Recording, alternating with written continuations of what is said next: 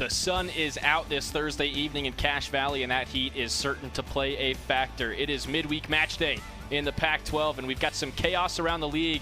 Sure to be joined by these two teams out in front of you right now. Utah State hosting the Portland Pilots out of the West Coast Conference, a team that got the best of them in their non-conference slate last season. Utah State looking for some revenge and their first 3 points of the season. Stockton Jukes, Faith Oliver here with you on behalf of the Pac-12.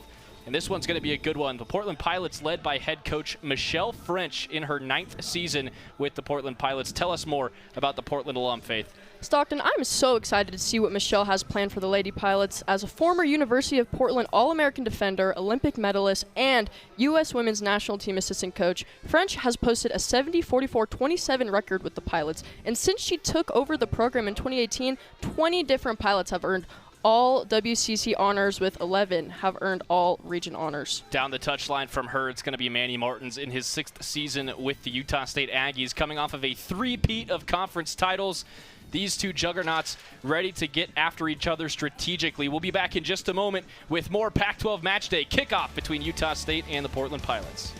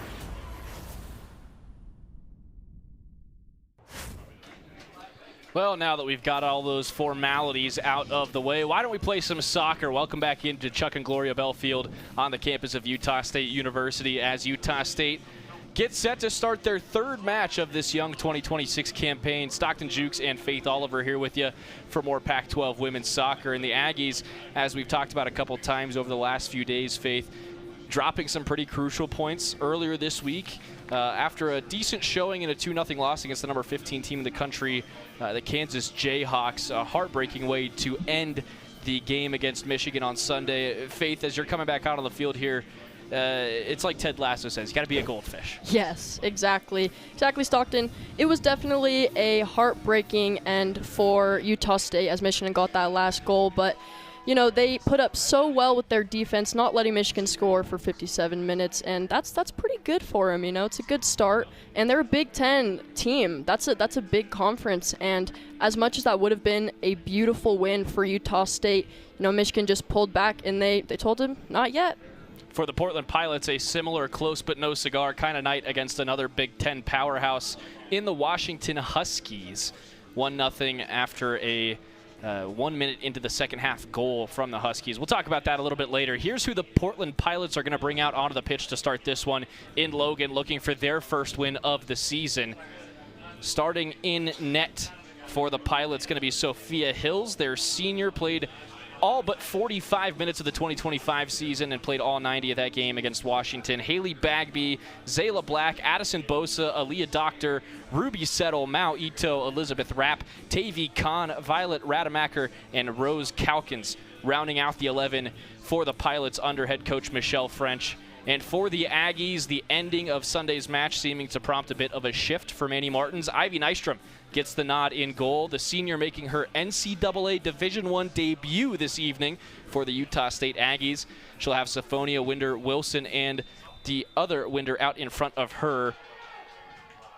Mullenmeister, Christian, Mia Lopez, Kuni Hirai, the birthday girl, Summer Diamond, Rachel Wrights, Kata Wilson, and the Winder sisters rounding out that 11 for Utah State. Going to be a good one as we are underway. Utah State debuting their brand new home black pinstriped kits with the baby blue stripes across the chest. The Pilots in their all whites on the road. Portland with the kickoff to start this first half, controlling the ball around the midfield line as Diamond applies some pressure on the far touchline. Diamond, body in the way, tries to ricochet that out for a throw. It bounces its way further infield to Mia Lopez. Lopez lays it off, and we will move up the right wing for Utah State. Hirai now steps in, great positioning. Utah State outnumbered, but on the move into the forward third. Hirai lays it off to her left. A lot of open space for Portland. Awkward bounces in the 6-yard box as two Portland Pilots come together. Looks like they bonked noggins on that one, trying to get to that ball in the air. Yep. We're going to have the trainers come and take a look. Head injuries are not something we play around about. Nope, and that's the ambition that we like to see from Utah State, though. We like to see the girls going at it, and that was just an unfortunate layout for the Aggies. But, Faith, like you said, Portland leaving a lot of space for Utah State to move into in transition and losing track of each other. It looks like we've got some blood now, too, for one of those backline players for the Pilots. And that is not something that can be going on during the run of play. She's going to take a seat and be attended to by the trainers as this one comes to a stop 64 seconds into the match. Doesn't seem to be in too much pain, just can't be actively bleeding during the run of play, Faith. So we'll make sure that everything's okay out there. Yeah, this is already an unfortunate event happening here at the Chuck and Gloria Bell Field. Really praying that she's okay. Hopefully just a little bit of blood, maybe just a nosebleed. Get her back going into the game. And they're sending some players over to the touchline now to talk with Manny Martins. Looks like Mia Lopez and Capril Winder just going over to get some further instructions now that Coach Martins can see kind of the shape that Portland is going to take as this game begins. As unfortunate as this is, it's a good moment for the Aggies and the Pilots to start to maybe game plan, see what they can do in position. You can see there's a good chance that we will be having a throw-in. So they're going to play a drop ball because of that injury. It's just going to be dropped into play for Sophia Hills. It was Elizabeth Rapp that was the injured player. She has been helped off to the trainer's table so that they can get that bleeding under control. A medical substitution to replace her, which means that she is not out for the remainder of the first half, as you would see with a normal substitution. She will be able to come back onto the field once she is deemed cleared to play again. That is great news, Stockton. So drop ball goes to Hills, who scoops it up, and she'll drop kick this one over the midway line. Comes down between Rachel Wrights and a Portland Pilot. Portland controlling now with a nice ball down the right side. Haley Bagby picks it up. Bagby with 2 goals for the Pilots last season, but lost control down the touchline. It'll be a Utah State throw.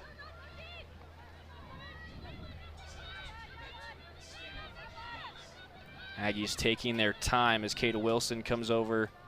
And it looks like it was a handball judged over here near the touchline. Just an awkward bounce that came up on Bagby. Long ball played forward, an elbow into the back of Mullenmeister, and that's our first foul of the game. Just under 2 minutes into this one. That's going to go against Bagby, it looks like, as well.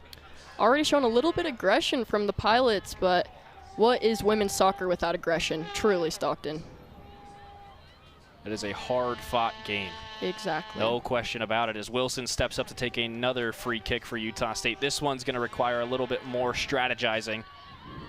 as Utah State puts numbers on top of the 18, centers it for Siphonia. She'll drill one towards the top of the 18, a little tall for Lopez, who does get ahead on it but can't direct it on frame, and Hills will control with the hands.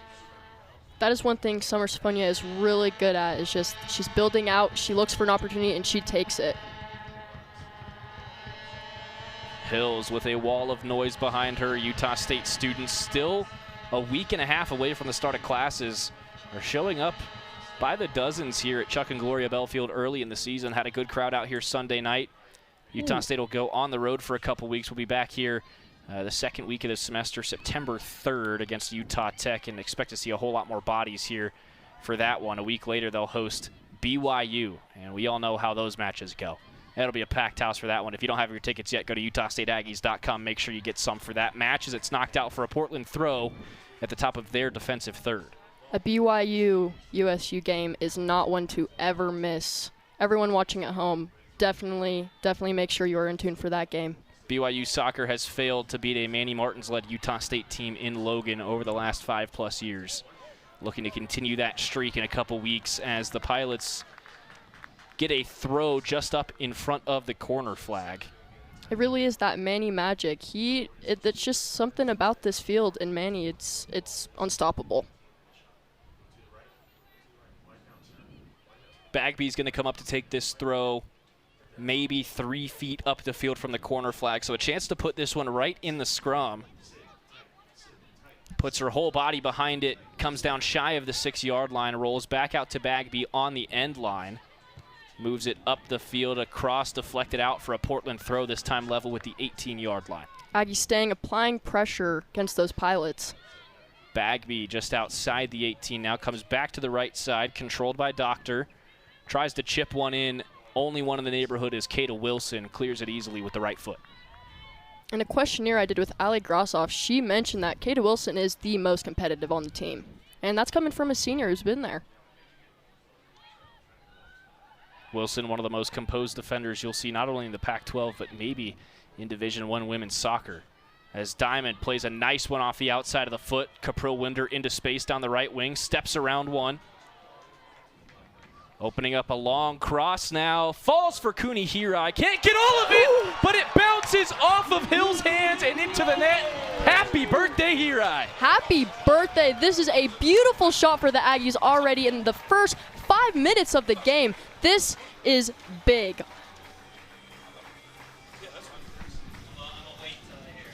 Wow, Stockton, that was amazing. That was amazing to watch. Definitely a little unexpected. I think the Pilot goalkeeper needs to start keeping her head up a little bit more, watching for that ball. Yeah, that one just a little bit of lack of anticipation almost for Hills. Is something we saw at the end of the Michigan game for Utah State. It just scooted right past that left hand after she got a piece of it. And for Cooney Hirai, I can't think of a better way to give yourself a birthday gift. Exactly, best birthday gift I could think of. Utah State goal scored by Long kickoff, bounces once, and Nystrom has it with the hands, her first touch of the match. Rolls it out to Siphonia, excuse me. I heard Capril as soon as I tried to say Siphonia. Fun little early season antics. Stockton, how do you feel about Ivy Nystrom starting over senior Ali Grossoff? It's a loaded question, Faith, and I'll tell you this much. Ivy just about spilled that one, and Ali would have had a little bit of weight taken off her shoulders if that one hits the back of the net. But what we've seen early in the season from Grossoff, that 500 save percentage, we mentioned this on Sunday as that match came to a close, a 500 save percentage in Division I, in some of these upper leagues, and for Utah State, a team that's contending for the NCAA tournament, that's not a save percentage that's going to get it done. So Ivy getting a chance to prove what she can do tonight. And for Ali and Ivy, they work very well together. They train very hard together. They compete with each other to raise themselves to the best of their abilities. But I do think it's warranted that we see Ivy start tonight. I think Ali had a couple mishaps, that early season jitters. They haven't worn off for her yet, so give her a game to kind of reset mentally, and we'll see what she's got on the road against Utah Valley next week. Couldn't agree more, Stockton. I truly think this is a great opportunity for the Aggies, great opportunity for Ivy as well. She was a Arizona 6A first team honors, so I'm excited to see what she brings to this first debut. Aggies transitioning again down the left side. A little bit of an awkward spin over the left foot of Maya Mullenmeister, and it rolls out for a Portland throw, well shielded by Bagby, who tried to play quickly, but Talia Winder puts her body in the way and takes it right back. Wrights gets away from a tackle. Lots Now of pressure Wilson. being applied on the left side here. Lopez, great move. Ball lagged a bit behind her, but she maintains control. Now plays it through the middle for Hirai. A little too far out in front of Mullenmeister, and another turnover for the Pilots.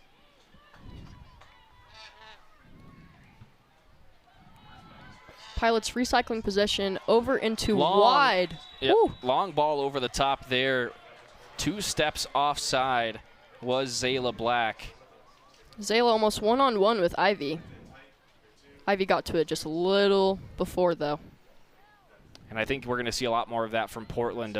Quick counter opportunities, just a matter of timing that run. Couldn't do it that time. Wilson knocked down at midfield. Still in the midfield for Portland as pressure comes in from behind for Hirai, forced all the way to the back line. And the Pilots will build off that right back position. Doctor trying to switch to the far side of the attacking third. Capril Winder gets a left foot to it, knocks it away for now, but it'll be a Portland throw to the side of the Aggies medical tent. Already becoming a pretty aggressive game between these two. I'm excited to see how that aggression builds up in the second half. We mentioned this briefly in the open, but Portland got the best of Utah State last year in Oregon.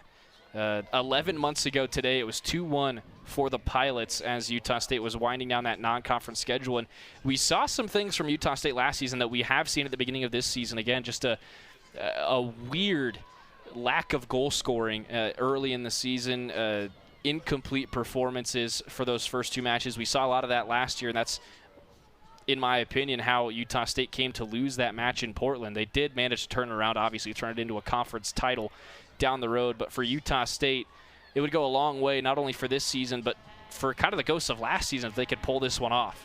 Down the left side, Mullenmeister looking for a cross off the end line, sends it off of a Pilot, takes a heavy tackle, but wins a corner for it.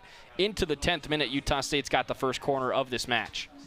I think definitely getting rid of those ghosts from past season is going to give the Aggies a boost of confidence that I don't think they necessarily need, because I think this team is already extremely confident, and as well as all of their fans very confident in them. But to just, get rid of what was in the past, leave it in the past, and come into this season with a win against the Portland Pilots would be pretty great for the Aggies. Short corner taken. Talia Winder, left-footed outswinger over the crowd. Rolls out to her sister Capril, who chips it right back into the mix. Hirai was too short for that one, and it goes out for a goal kick.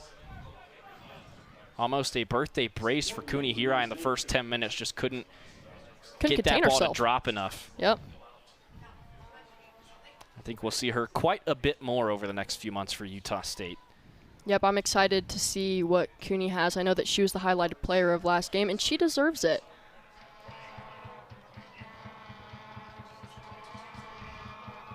Hills getting ready to send this one away. Comes down just shy of midfield. Hirai creates enough chaos to free that ball up as Mullenmeister tries to put it onto the foot of Kate Christian. Rolls out for a Portland throw in the transition zone between the defensive third and midfield. And this is where Utah State really started to clamp down on Michigan on Sunday. It's just controlling the midfield, controlling possession, forcing bad passes from the Wolverines. And they're looking to do that again early in this one. Yeah, a lot of unforced errors from Michigan caused by Utah State. Winder a little heavy through the back there, didn't get through cleanly, and a good foul drawn by Calkins that time. Rose Calkins was the one player to get a shot on goal at their last game against the number 12 Washington Huskies. She is definitely a player to look out for in this game. Another great takeaway from Winder. Pass a little too far wide of Hirai, but forcing the Pilots back behind midfield again. They'll have to reset. This time looking down the left wing, nothing doing. Hirai takes it down off of a Winder clearance. Drops it back to Christian, avoids the pressure. One key thing about the Aggies is you got to look for that off-ball movement. You never know when someone from the right side is going to just shank it right into the middle. Rachel Wrights now. A lot of space for Mullenmeister to her left. They connect. Now Lopez building up that left side. Talia Winder playing wing back for Utah State today. Looking for the cross. Didn't get all of it. That's knocked out of play on the back line. Last touch Utah State. Another goal kick for Hills. We've got just about 12 minutes down. 78 to go in Logan. It's interesting seeing the shapes and the formations that build after these goal kicks. You can see Portland really preferring the right side of the field from their perspective. They've got every white shirt to the right of the center of the pitch right now. But the Aggies are right there with them, just applying that pressure, staying compact, which is a huge, huge thing. And Lopez makes it work again, sending a header off of a pilot for another Aggie throw. Utah State, one of the things that Manny Martins was very thrilled about on Sunday is their possession time and quality compared to what we saw in Lawrence prior to that match. It went way up. Everything that was on Utah State's list after that Kansas match was addressed by the team and executed well, except for the 3 points on Sunday. So that's kind of the next step for this Manny Martins squad, but you're seeing just the cohesiveness between all 11 players out there early in this one, similar to what we saw on Sunday.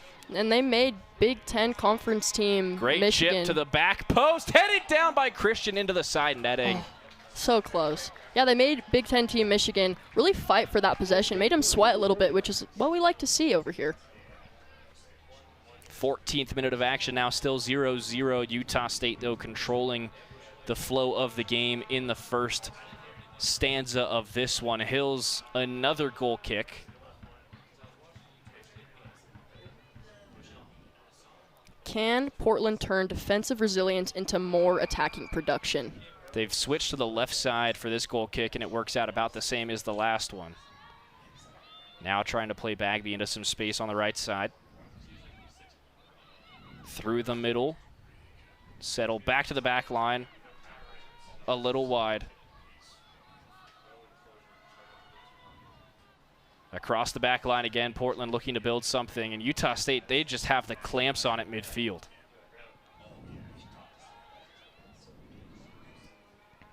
Kirai chasing into that back corner. Portland running out of space. Long ball up the left side. Finds Winder, headed down by the Pilots. Diamond puts her right foot in there, sends it straight up into the air. Mia Lopez takes it down. Awkward pass. The Aggies get out of danger for now. Winder had it sent back her way. Now Syphonia hits the eject button. Over to Talia Winder, left side. Space to run up the left wing. Poked out by a Pilot. Last touch they're going to say by Winder, though, as Portland has the throw.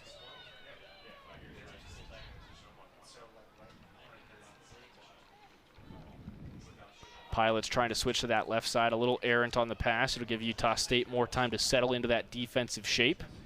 And they press immediately on that first entry pass. Into the middle for Kahn. All the way back line with Norman. It's a good position for the Aggies when they have time to see how the Pilots are going to form in offense. Hail Mary down that left side, shielded well by Capro Winder, and that will be a Nystrom goal kick. Let's take another look at that Kate Christian opportunity that we just had go off the side netting a couple moments ago. It's really been all Utah State so far. You can see Winder just cycling it back in. This is Utah State's MO. They love to get that ball to the top of the 18, about 18 to 25 yards out, and then just send runners in towards the post. Nearly pays off that time. 16th minute, Nystrom's going to have another go at this one. Can't fail to mention the fact that Kate Christian is one fun player to watch. You can see the competition in her eyebrows. She just looks angry. Ferocity. One of those things you just can't coach. She's probably antsy after a hard last season. She didn't get to play much. He was dealing with lower body injuries on and off during the 2025 season as Hirai nods that one forward, just a little too heavy for Mullenmeister. Now Bagby under pressure, chipping down the right side. It deflects over the head of Kata Wilson. Wilson puts her body in the way, fakes out Calkins, and heads back up the field. Right. This transition and ball, the Pilots are not letting the Aggies go by easily. Lopez back to Wilson.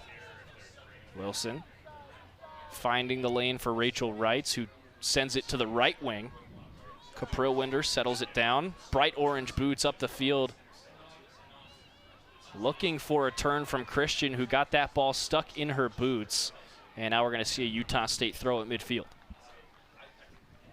1-0 Utah State, 17 down as we head into the 18th minute of play.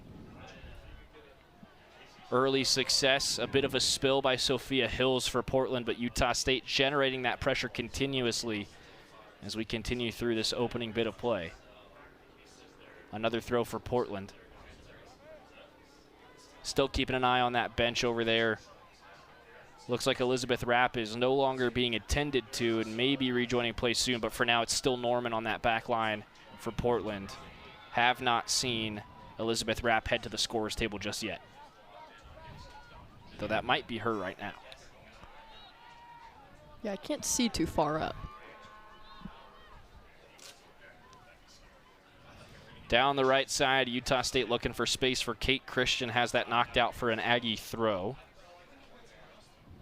Aggie throw, always a good position for them to be in. I don't believe we're about to see Rapp. Portland's going to make a substitution. It's going to be Justine Nelson. The senior media out of Jackson, Missouri coming on. She made her Pilots debut against Washington, actually.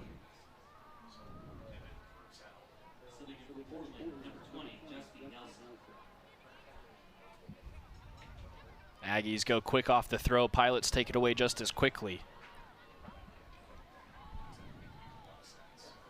Resetting on the back. Errant pass, though. Bagby tries to recover and barely keeps it in on the touchline. Diamond there with the press. Lots of space in that defending third. Bagby a bit stronger on that 1v1. Wrights has that ricochet off her back, but lost sight of the ball.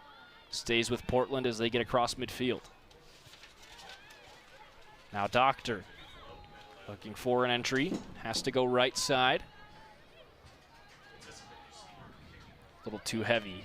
The footwork from Haley Bagby has actually been pretty impressive.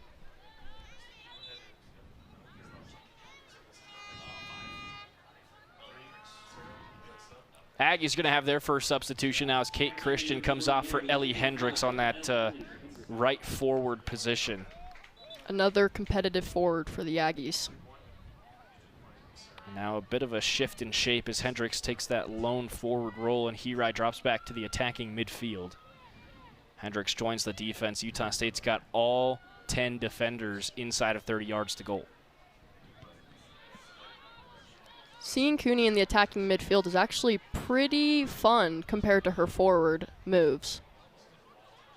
Oh, what a run from Winder. Read that from 30 yards behind the play, and now a 4-on-4. Utah State down the right wing. Laid off for Hendricks. Has the cross. To the back post, knocked away. Hirai just wide of the right side. So close.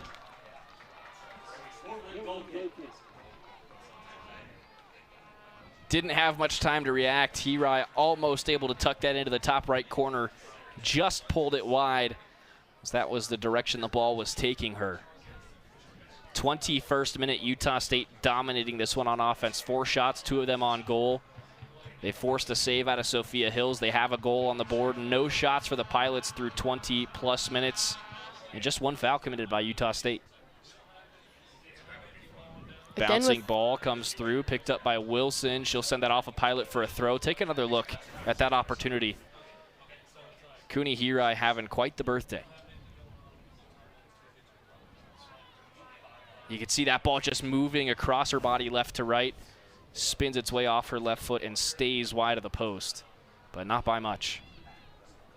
Not a terrible position for Cooney to be in. Still getting so many close shots, and of course the goal in the first 5 minutes. And again, that's the goal for Utah State. If you can create chaos inside that 6-yard box, you're going to get some deflections like that. That's why they try and keep runners going to both posts in those transition situations.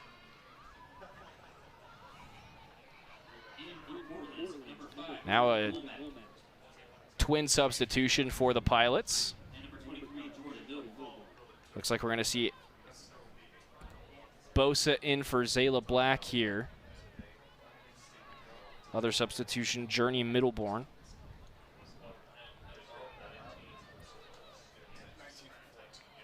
Middleborn formerly with Pac-12 member Washington State, now with Portland in her sophomore year.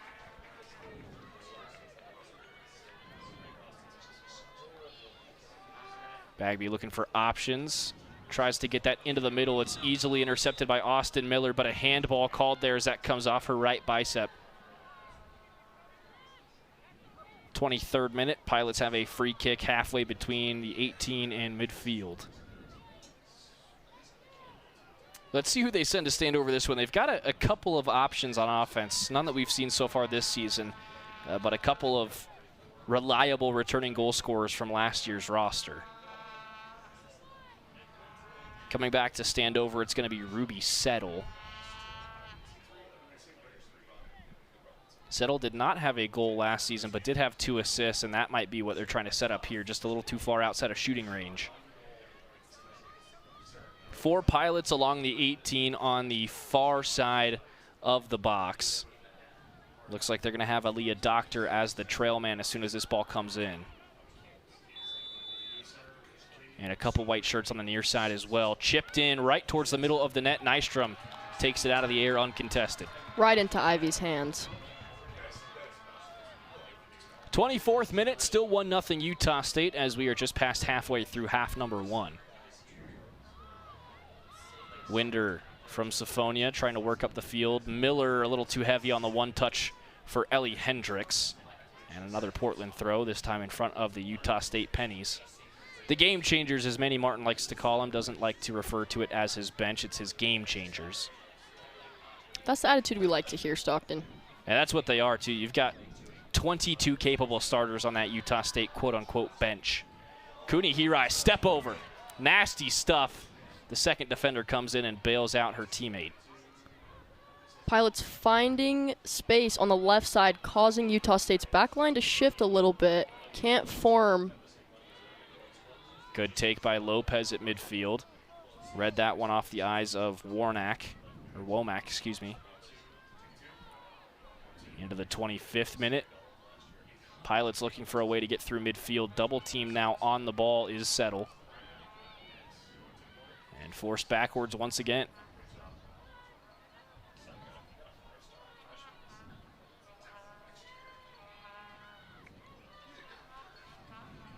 Recycling possession over on the right side.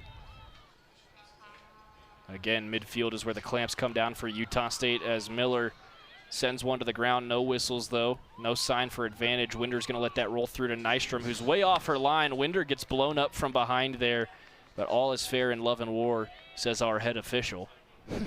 And Nystrom will get this one out of the 18 at her leisure.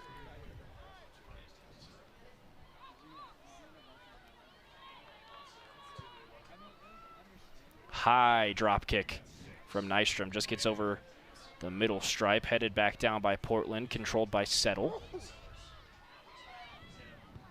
Attempting one through the middle for Journey Middleborn, read by that Utah State back line.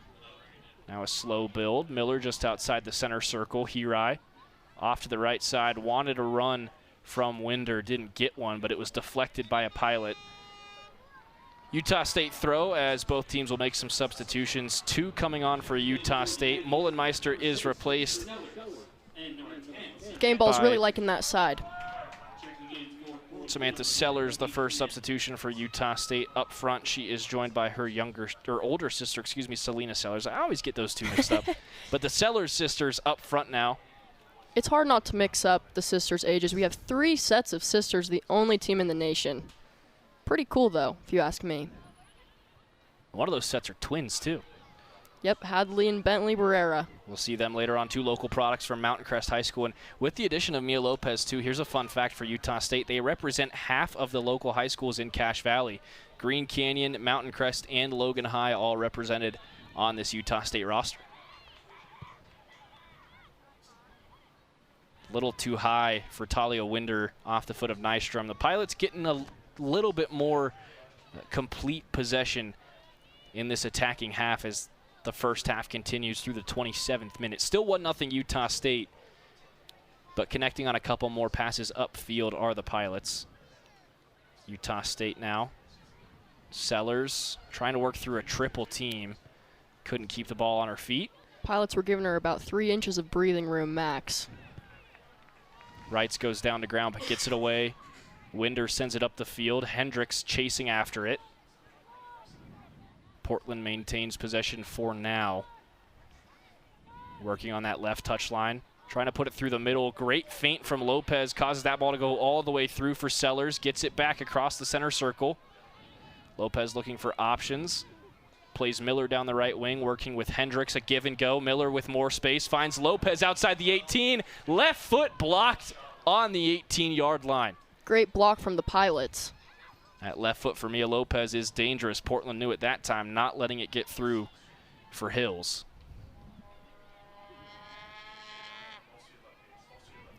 Look at that Utah State backline right there. Just up and prepared for anything, which is like it's exactly what we want to see. A relatively young group. No seniors on that backline for Utah State, comprised of sophomores and juniors, but you wouldn't know by the way they play together.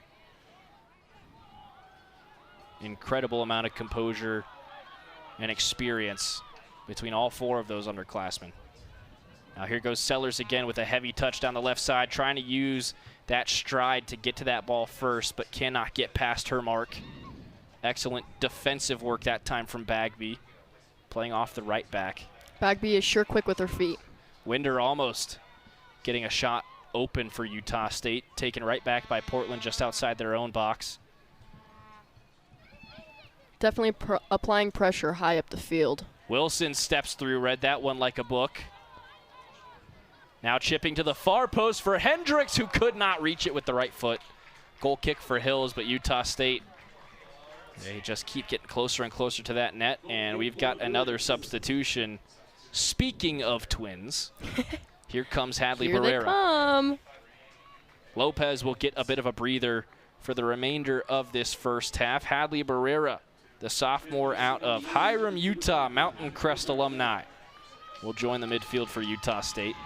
Mia can give that left foot some rest, come back even stronger next time.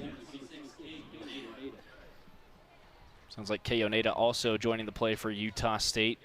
The defensive midfield just in front of that back line. Portland will make a substitution as well. It looks like Settle comes off. Definitely a solid midfielder is Kay Oneda. I believe we saw Kaya Zurich. And that is that substitution for Portland as that ball bounces around by the Aggie bench for an Aggie throw. Seems like the game is kind of living on that left side over there by that sideline. Throw a little too short for Hendricks, cut out by Portland. They'll immediately try and bring it to the near side, but no one was home. Sellers might get there, but Bagby coming in from behind tries to slide through and clear that one away. We've got Talia Winder down on the near side of the field as Bagby is going to get a talking to. They'll stop the clock just shy of 30 minutes. You could see some anger from Bagby for sure. I don't think she appreciated that call. Official coming over to ask Talia Winder where the contact was, see if there's any visible injuries. And now our head official wants to talk to Bagby, trying to whistle her over as he holds play. Talia walking off like a champ, though. These girls, all of them, can really take a beating and just get up and get right back into the game. Bagby remaining level-headed, talking to the official, taking his words of advice and moving along. It's what we like to see, high level of intensity, no malicious intent. Exactly, Stockton. Couldn't have said it better. Wilson puts this one into the center circle for Capril Winder. Makes a nice move to get past one, lays it off for Miller, who wasn't expecting it. Portland takes it back. They like the left side on this counter opportunity. Chipped overhead for Middleborn. There goes that Utah State back line. Siphonia there to clean it up. Summer Siphonia came in as a freshman, started every match her freshman season for Utah State, was one of the most consistent defenders for the Aggies last season, and still has 3 more years to put in the work for Manny Martins. And she is definitely a player to look out for. Definitely one of my highlighted players. Sellers wanting to sell the throw for Utah State there. She did touch it last. It'll be a Portland throw instead for Bagby. 31st minute, still 1-0 Utah State, but Portland has taken a little bit more control into the later bit of this first half. Trying to work it into a shot, though. They still have not put one on the stat sheet, as Utah State will have a throw. Kuni Hirai, our only goal of the match, 4.5 minutes into this one, off the left hand of Sophia Hills. But a great birthday present for the Utah State sophomore. Yep, and a good start to this game. One goal like that in the early minutes can really start the pace. Sellers with a nice touch down the left side will win a throw for Utah State off the deflection. Coming up to take it, Talia Winder, who appears to be just fine after her latest tussle. Goes Yoneda, who didn't see it coming. Ricochets back to Winder, now up the field for Sellers. Sellers into the middle for Barrera, who lays it off to Sellers again. Lots of space on that left field in the attacking third for the Aggies. Great controlled touch along the side of the 18, puts one on the ground, but her cross is blocked by the second defender. And now Triple the Pilots, block from the Pilots. Pilots get a throw off a deflection from Sellers. Great work for Utah State, showing some real composure and speed in the attack, two things that are very dangerous when you put them together.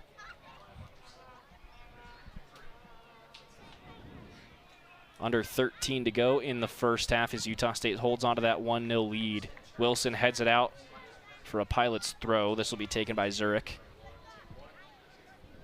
Even if the Aggies don't have a plan, they sure always look like it, truly. Zurich's actually going to leave this for Bagby.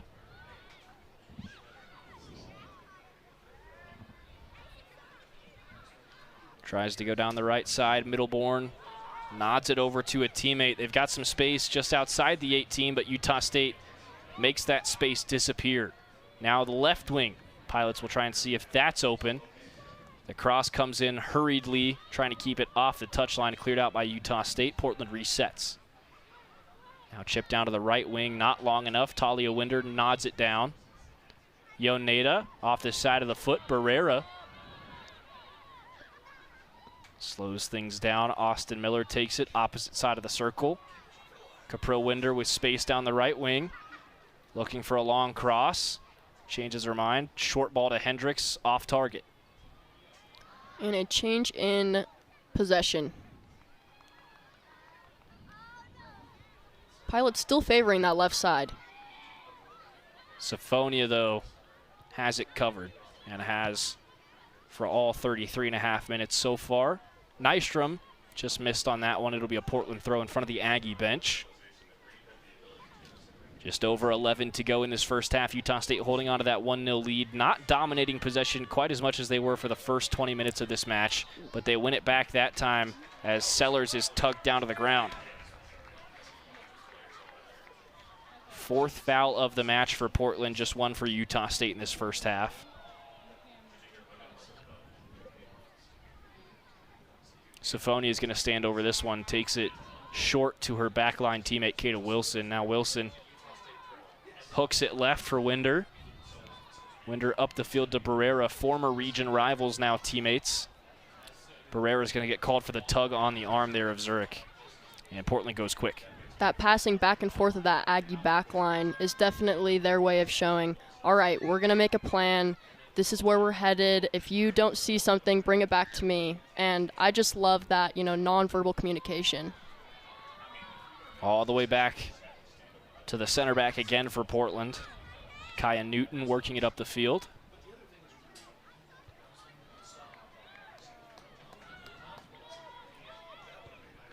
Long ball. Sellers trying to chip in her older sister. Far too heavy on that attempt, and now there's 10 minutes left in the first. With 10 minutes left in the first, who do you think is changing the pace of this game?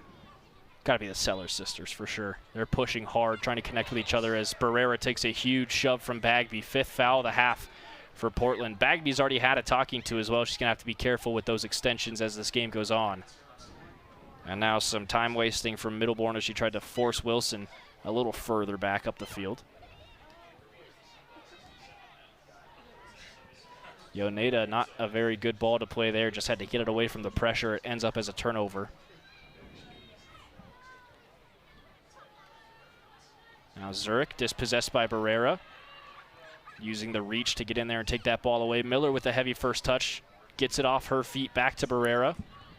Now Winder, some combination play. Miller calling for it as she works towards the middle of the field. Barrera is going to switch to the right side instead for Caprill-Winder. Lots of space over there. You can see all the pilots rushing. Under 9 to go in the first half. Still 1-0 Utah State as they try and build something. Syphonia pings that one too quick for Talia Winder. It's a pilot throw once again. And Utah State looking a little bit sloppy in possession in the back half of the first.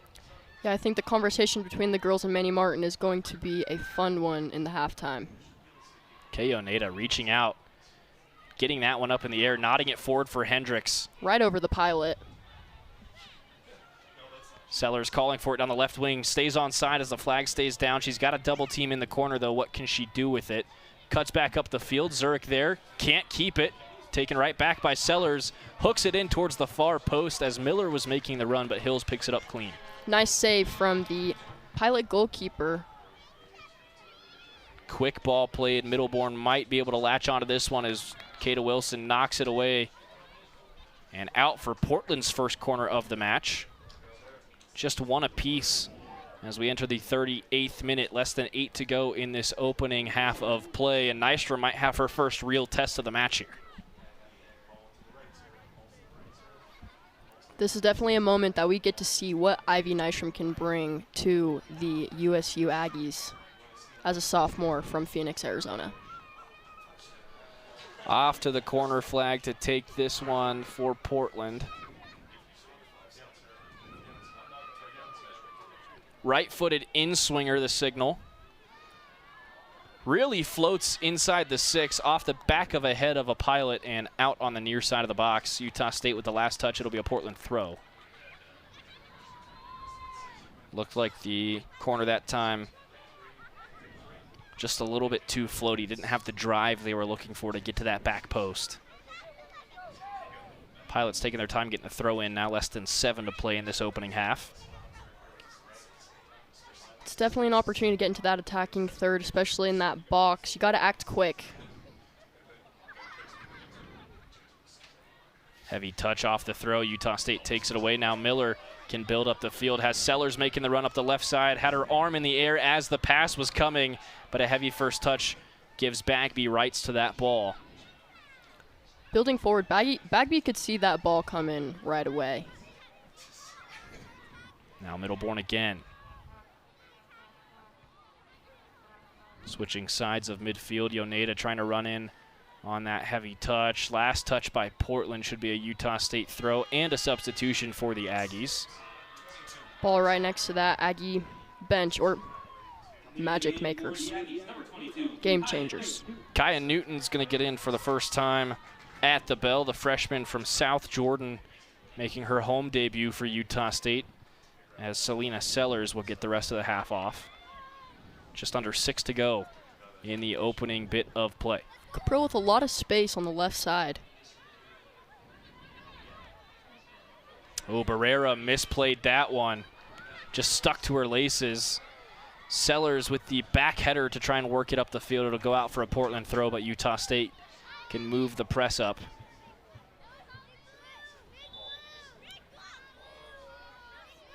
Signal to the scorer's table again, and another quick substitution for Manny Martins.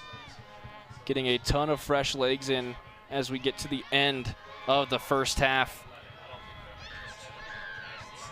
It's going to be Cassie Vigil, the senior defender out of Gilbert. She'll replace Caprill-Winder at right back with 5 minutes to go in the first.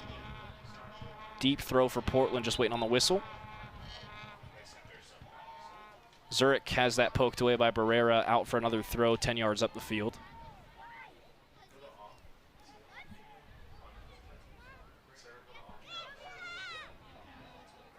Utah State, as we've mentioned a few times to this point, has dominated the stat sheet in the first half, but Portland showing some flashes of potential in the final 15 to 20 minutes of this half, Faith. And just based on what you've seen so far, what do you think the key message needs to be for Portland heading to the halftime break? For Portland, I would say take those opportunities. I think they have had a lot of opportunities, a lot of open space every time they are in their attacking third, and they kind of just drop the ball, give it back to Utah, but that comes with a great Utah defense. Deflected out for another Portland corner, their second of the match. 4 minutes to go in the first half.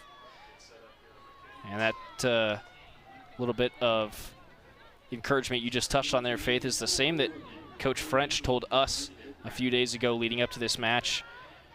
Just being able to sustain possession and actually generate opportunities, something that was definitely a focus for us this week, she said, in building confidence in that final third. They look more confident today than they did against Washington a few nights ago.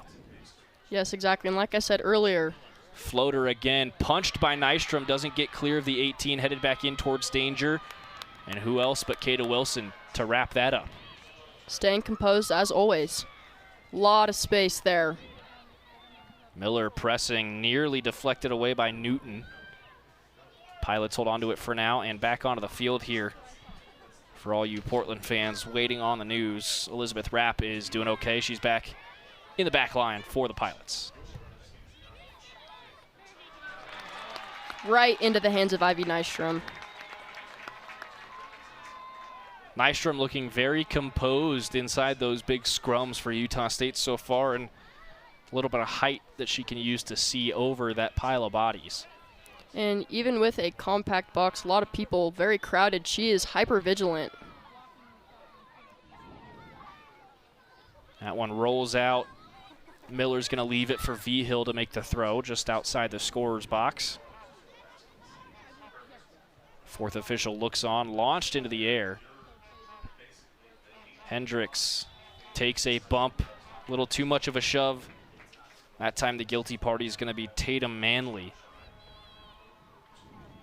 I think the Pilots have been really solid in their defense, honestly. I couldn't even tell you who I think has had more possession. It has really just been back and forth. Kay Oneda is sent about 8 yards further up the field to take this one as Utah State gets the set piece going. They're going to have 3 Aggies to the left of goal on top of the 18-yard line, a couple more further back, spread across the top of the attacking third. Hand in the air from Vigil, who steps over it. Now Oneda, short pass. Kata Wilson left alone, takes a long one over the crossbar. Didn't challenge Hills too much. A minute and a half left in the first. It's right there. That was so close to that stand post. Make no mistake, that is within Kata Wilson's shooting range. Just got a little bit underneath that one. And I think we'll see her attempt a few more from that distance as the season progresses. Well, and the more attempts, the closer she is to a shot. So I'm excited to see that from Kata. Had one of Utah State's shots on goal on Sunday. We'll see this perhaps a little bit later in this match, but likes to get involved in corner pieces for Utah State. Had a header right into the middle of the frame that was saved on Sunday against Michigan. Yeah, don't be fooled by Kata Wilson. She might be a defender, but she is always right there at that goal, waiting to attack. 45 seconds to go as Portland tries the left side again. Way too heavy on the chip. Knocked down by Nystrom, who will wait to scoop this up and maximize the amount of time she can take off the clock. And as she gets rid of this one, let's take another look at that shot from Wilson, because it just kept going up, but it really didn't miss the crossbar by too much, Faith. Started to come down a second too late. It was just right there for Kata, but that should give her some inspiration for, her shots to come. Quick throw for the Aggies as the seconds tick off the clock. 10 seconds remaining in the first half as the countdown commences. Whistles as this ball bounces around. It may have been touched by an arm. Does not matter as we head to halftime. 1-0 Utah State. Faith, 45 minutes down. Utah State dominating the first 20, and then we saw a bit more of a mix in the second 20 of that first half. What are your impressions going into halftime? What a game, honestly, already that it has been. It was really nice seeing that Kunihirai goal already in the fourth minute, I was sure, but it's definitely going to be interesting. We have some really strong defensive teams from both of them, and the more aggressive they get, the more interesting this game is going to be, and the competition is just getting higher and higher. We'll take a quick break here. We'll be back with some stat updates. Faith has been tracking three key players from each team. She'll take a look at what they've been doing in that first half, and we will have a look at the past for both of these teams. Halftime between Utah State and Portland. Pac-12 women's soccer midweek match day. It's a fun one in Logan. It'll be fun for the second half as well. Don't go anywhere. Be right back.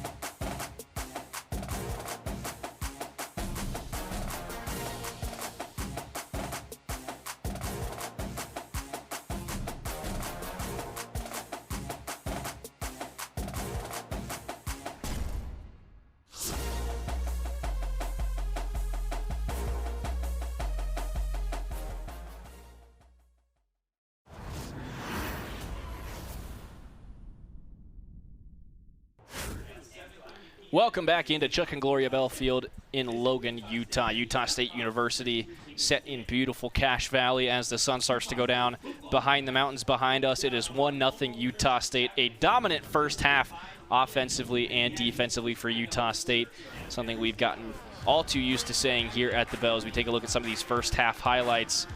Winder cross in. Hirai had already turned her back on the deflection, thought it would be an easy save for Hills, but 4.5 minutes in, the birthday girl makes it 1-0 Utah State. Christian heads that one into the side netting a few moments later, and Utah State would continue the assault in the first 20-25 minutes of this half. Hirai just missing the right post, what would have been a 20-minute brace for the birthday girl. Instead, Utah State held at one by Hills as she made a couple good saves off the line. Utah State holding strong on the two corner opportunities that Portland had in that first half, with Nystrom refusing to allow Portland anywhere near her net. 0 shots, 0 on goal for Portland. 1 save out of Hills, 1 goal allowed. 6 fouls committed by Portland, just 2 for Utah State. And the Aggies with 6 shots, 2 of them on goal, 1 of them into the back of the net. No wonder they're leading 1-0. Now let's take a look at Faith's key players, for this match. Faith, you've got eyes on 3 players for each team. You've been keeping an eye on their stats through that first half. What are you looking at from that first half as we go into the second half? Thank you, Stockton. The players I'm looking for from Portland, starting with goalkeeper Sophia Hills. She's made 2 saves against Washington and allowed just the 1 goal. She's also been recognized nationally. Portland announced the Hills made the United Soccer Coaches Goalkeepers watch list before the season. I would definitely say Hills gives Portland some stability in goal. She's faced a lot of pressure against Washington, but only conceded once, so Utah State is going to have to make its opportunities count. Next is Rose Calkins.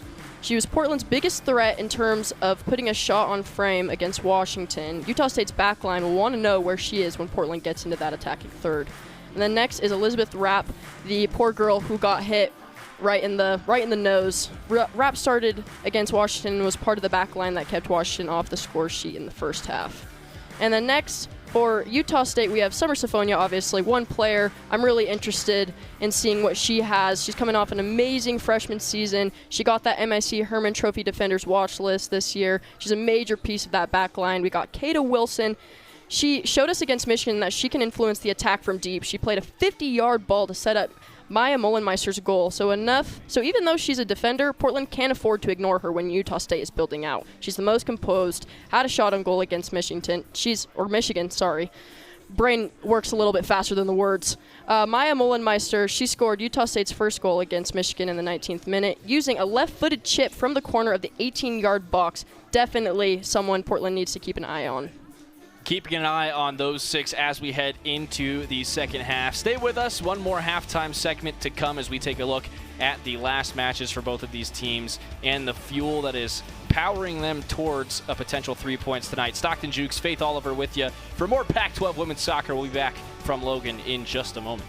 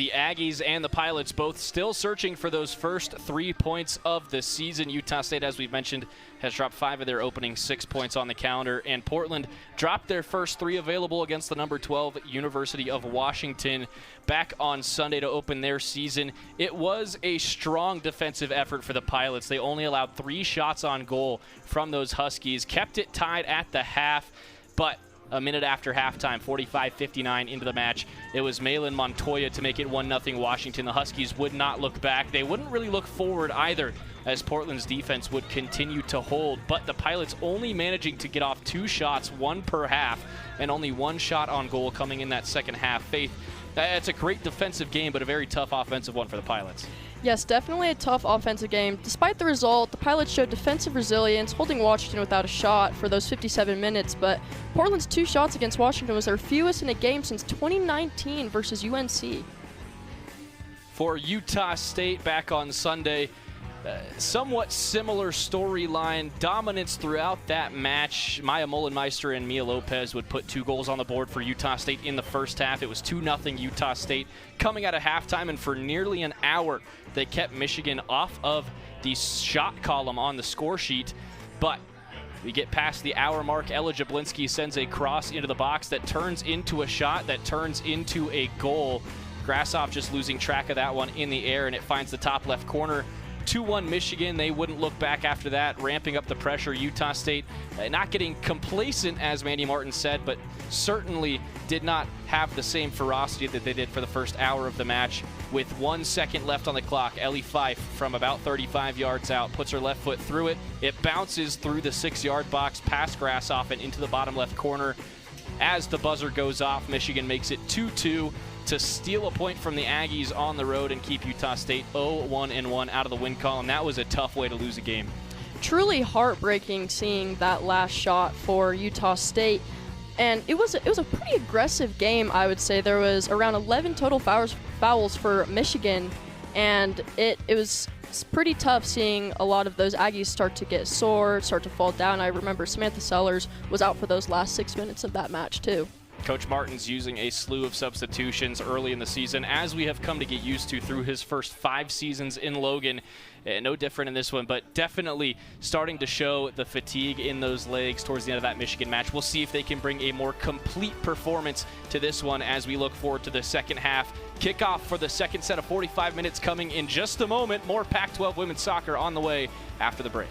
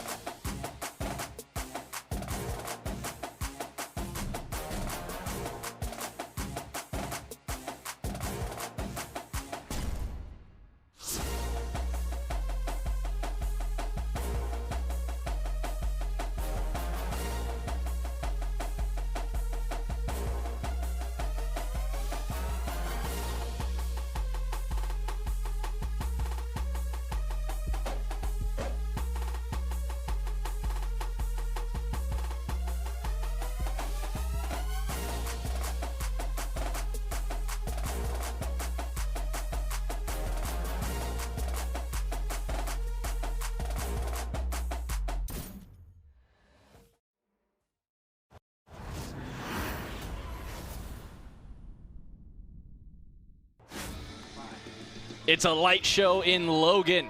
One of the requirements that Coach Manny Martins had upon signing his extension was, hey, we need floodlights at the Bell so we can host some late NCAA tournament games. And so they put him in for him. And they've been great so far. Utah State has not been beaten on this field since August 20-something of 2023, 24th of 2023, I believe it was. Yep. Meanwhile, for the rest of the Pac-12, though, not as good of a day as Utah State's been having so far. Boise State down at Southern Methodist in Texas. They draw 0-0 on the road. Washington State, that one just going final at South Dakota State. The Jackrabbits getting the best of them 3-0. Gonzaga was leading 1-0 against Arizona going into the 70th minute. And, of course, Zona finds the back of the net twice in 10 minutes. They win that one 2-1. Long Beach State currently up 2-0 on Fresno State with about 10 to go in the first half. Yesterday we had some more action, though, as Texas State got the best of Texas A&M at home 3-2. Oregon State dominating Bushnell 5-0. And San Diego State falling to number 12, Washington 1-0. Midweek match day is, in fact, full of chaos in the Pac-12. We're looking for a little bit more chaos for the Utah State Aggies as they retake the field in this second half, and for Portland looking to create some chaos of their own as well. Faith, I asked you this just before the break. What do you think Portland needs to be talking about going into the first half? As we come out and start the second half, what do you think you're going to see right off the bat from these pilots? I think right off the bat from these pilots, we're going to be seeing a lot more chances being taken. I think that they just need to, if they see something, they need to just go for it. No matter what it is, the closer you get to that chance, the better. So I think they definitely talked about that at that bench, and also just staying composed in defense. I mean, they've been doing pretty solid so far, both defenses had. So it's going to be interesting seeing who is going to take the lead in this second half. Ready to go, 45 more minutes at the Bell. Stockton Jukes, Faith Oliver here with you as Pac-12 women's soccer coverage continues into the night. Pac-12 After Dark is back. Let's get after it. Utah State left to right in this second half as they'll shoot towards the berm, full of fans as the evening skies begin to cool here in Cache Valley. Signal is going to come in for a Utah State throw as they enter the attacking third. Lopez, burst of speed, opens up some space inside the left. Meg's a defender, lays it off, and cleared out of the box as Hirai couldn't connect with Diamond on the 18. Utah State cycles back to Syphonia and resets. Resetting that position where you're at can be very, very good for the Aggies in this. Christian chipping back post from distance, headed on. Hills with a good save. Flag stays down for Molenmeister. Very nice save from Hills. Definitely makes up for the not so well save that she had against Kuni Hirai earlier in the 4th minute of the game. Utah State coming back out onto the field to start the second half with their first half starters as Martins resets the lineup.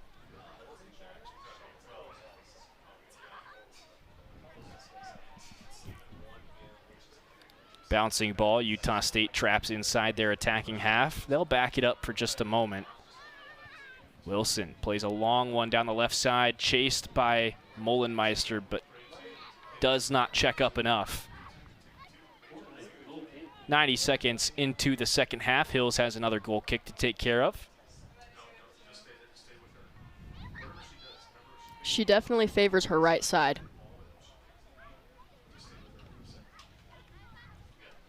And that's the side that Portland's going to favor out of the break as well. We saw them flip back and forth between right and left sides on and off throughout that half. Already compact in that middle third. Lopez, great touch and turn, gets her leg swept out from underneath her. It'll be a free kick for Utah State. And the Pilots now a commanding lead in the foul column on the stat sheet, not necessarily a lead you want to hold. They're going to have to be a little more careful as time continues. Already had Bagby get a talking to from the officials, and those late bits of contact, the later into the match it gets, there'll be less leniency from our head official. Yeah, and Bagby was definitely over half of those fouls in the first half. Ricochet down off the head of a Pilot on a hard hit free kick for Utah State. They retain possession for now. Molenmeister didn't touch that one and may have been lucky not to do so. Looked like she was in an offside position, but she'll win it back through a double team. Tackled hard as that one's cleared out of bounds by Portland. That is a clean tackle, and clearance. Those 2v2s can get super intense.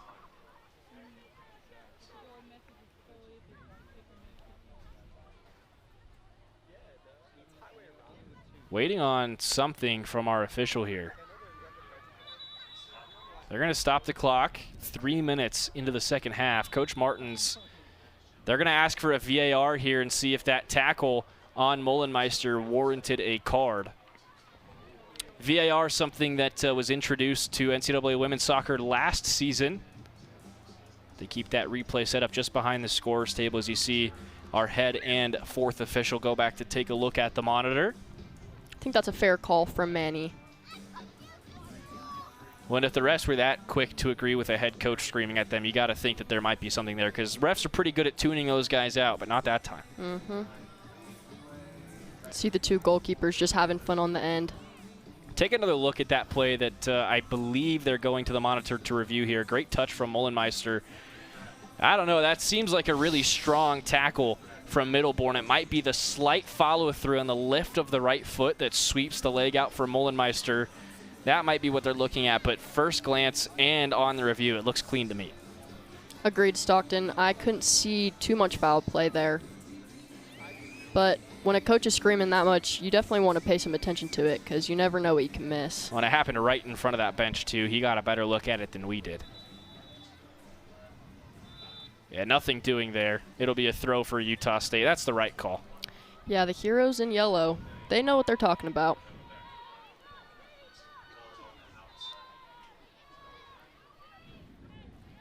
Quick throw down that right side, knocked out about 10 yards down the field. Utah State moving up the ladder just over 3 minutes into the second half.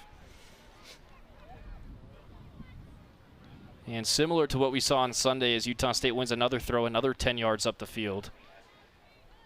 Approaching 50 minutes without allowing their opponent a shot, let alone a shot on goal. That bounces through to Christian, but takes an awkward touch off the inside of her knee, and she couldn't settle it. Back to Diamond down the right side, chips right to the middle, floats over Mullenmeister and out for a goal kick. Utah State's making the right runs, making the right plays, putting the right balls into the mixer, but they're just not coming down in time right now. Yeah, the execution is a little bit rougher, and I think that they need to really just lock down on those. Hills again, big right foot. Right on the middle line. Hirai heads it up the field. Nodded on by Christian. Mullenmeister behind the play trying to create some chaos on the clearance attempt, and it's knocked down by the midfield for Utah State. Christian tries to lay it off down the left wing. Mullenmeister flag stays down for now. Cross comes in over the head of Hills. Christian to the back post. That took her over the end line for another goal kick. Another SOG for Kate Christian.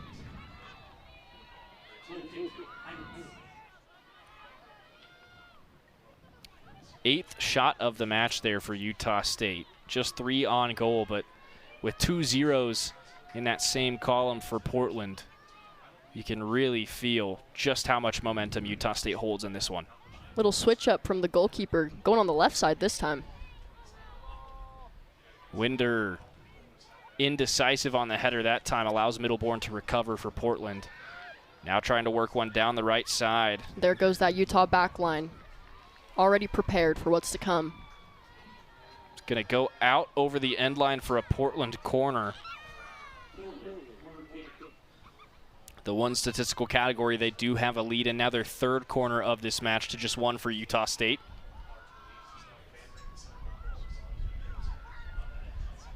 Looks like it's going to be Tavy Khan to take this for the Pilots. Keeping an eye on the shape here. 4 white shirts around the perimeter of that 6-yard box. Right-footed outswinger going to be hit from Khan here. One arm in the air. Long ball towards the near post, headed through the box by Utah State, out for a Portland throw on the near side.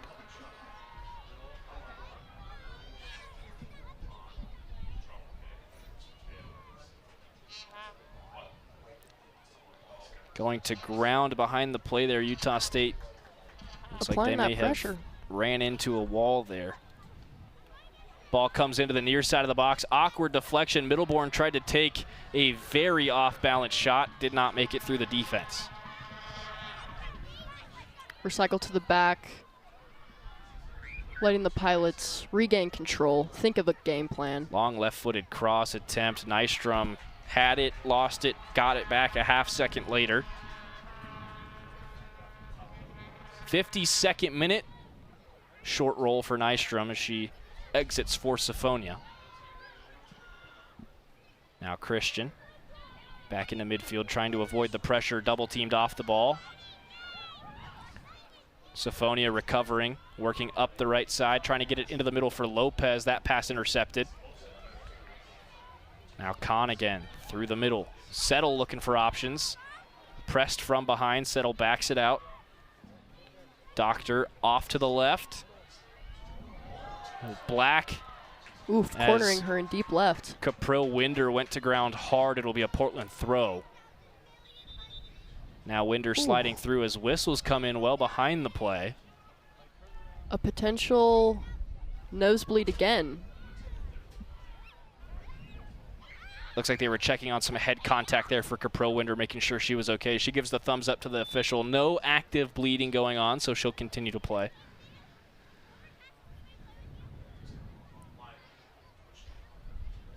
Double checks just to be safe, and again, always better safe than sorry with potential head injuries. Yep, agreed. That was a pretty rough rollover. Low rolling throw, just barely gets inside the 18, double teamed immediately as Utah State presses that ball out. Cross attempt goes off the face again of an Aggie. And the Pilots forced to send it back to the back line. They'll reset with Bagby on the right side. Tried to chip one right over the middle and into the 18, headed away by Winder. Nice block from Winder right there. Ivy didn't even have to worry about that one. Bagby again off to the right. Working down the touchline are the Pilots. Good turn with the ball, letting it run through down that right side. Trying to find a cross. Excellent defensive positioning for Utah State. The Pilots will have another corner here, but the Aggies making it about as difficult as it possibly can be to get that ball inside the 18. 54th minute of action, still 1-0 Aggies. I think the Pilots are going for a different formation in this corner kick. Not as compact in the middle of that penalty box. Right-footed outswinger. All the way to the near post. Headed towards the net, but wide left. Nystrom knew she had it covered.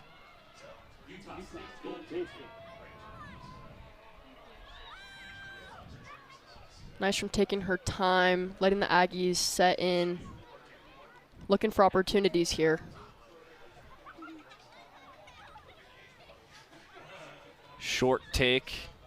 Nystrom hits Wilson, who finds a teammate down the left side. That ball spinning on Talia Winder. Did not expect it to jump forward, and Portland right back into the attack as Settle lays it off down the right side. Too heavy, goal kick.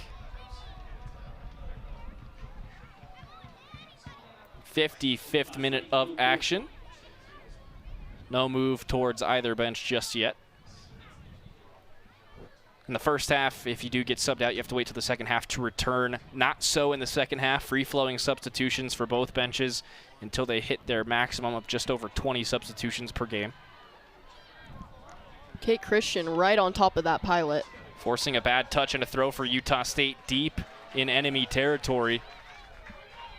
54:45 off the clock. Just over half an hour remaining. Dangerous position for the Pilots to be in against the Aggies in the attacking third. Caprill Winder to take this one. Tried to lob it over the head of a defender. Bounces down off of a Pilot for Lopez, who tried the short angle shot through a screen. And it's well right of the post. She might have got the ball through the screen, just not where it was supposed to be. That's okay. We like to see the effort from Mia.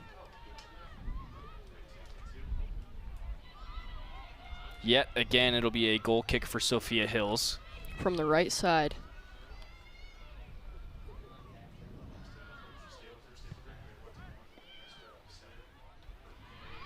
Great header back by Portland. The only issue is that Utah State's defense rarely going to be caught out of position. That time, no exception.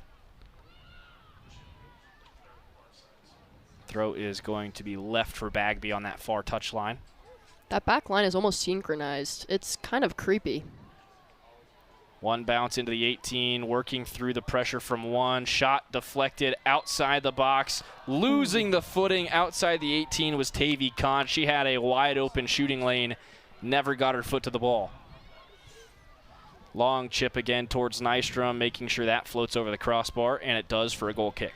See, and that's exactly what I was saying earlier. It's those, you got to take those chances, and you can't take them for granted. And I know that stumbling and the footing can be a little tricky sometimes, but when there is that wide open space for you, you have to try your best to take it. You're not going to get many opportunities. Wilson pressed on the short goal kick. Gets it out quickly for Rachel Wrights. Wrights dancing around a couple pilots. Puts it on Summer Diamond's foot. Now Diamond, long ball up the field for Hirai, who pursues. Knocked back to Hills. Shanked the goal kick straight up into the air and level with the 18, spinning towards the corner flag and headed down by Portland. Somehow stayed in off the touchline. Long ball up the field is going to roll through for Nystrom. Nystrom outside the 18 will play this back in with the feet. No pressure presented to her. She'll go short for Syphonia off to her right. Now Winder up the line. Christian knocks it down. Couldn't get it away from the second oncoming defender. Bouncing ball left side. Portland cannot keep it in. Utah State throw on the precipice of the transition zone here. Still no substitutions as we approach the 59th minute. Would expect to see some just after the hour mark. And we do have one at the scorer's table for Manny Martins to come in at the next dead ball. It looks like Ellie Hendricks. And she definitely is a game changer. And now here we go for the substitution. 58 minutes nearly played here in Logan, as Hendricks will replace Kate Christian. You'll see this a lot for Utah State. You'll see the same players getting substituted for the same teammates at basically the exact same time of every match throughout the season for Manny Martins. Very, very strategic. He builds out this roster to keep fresh legs on the field at almost all times during a match. And fresh legs are everything to keep the pace of the match. Especially for a Portuguese high press style of play that Manny Martins brings to this program. Oh, yes. But that is the program that has gotten them the three-peat. If it ain't broke, don't fix it, as Hirai breaks down the left wing.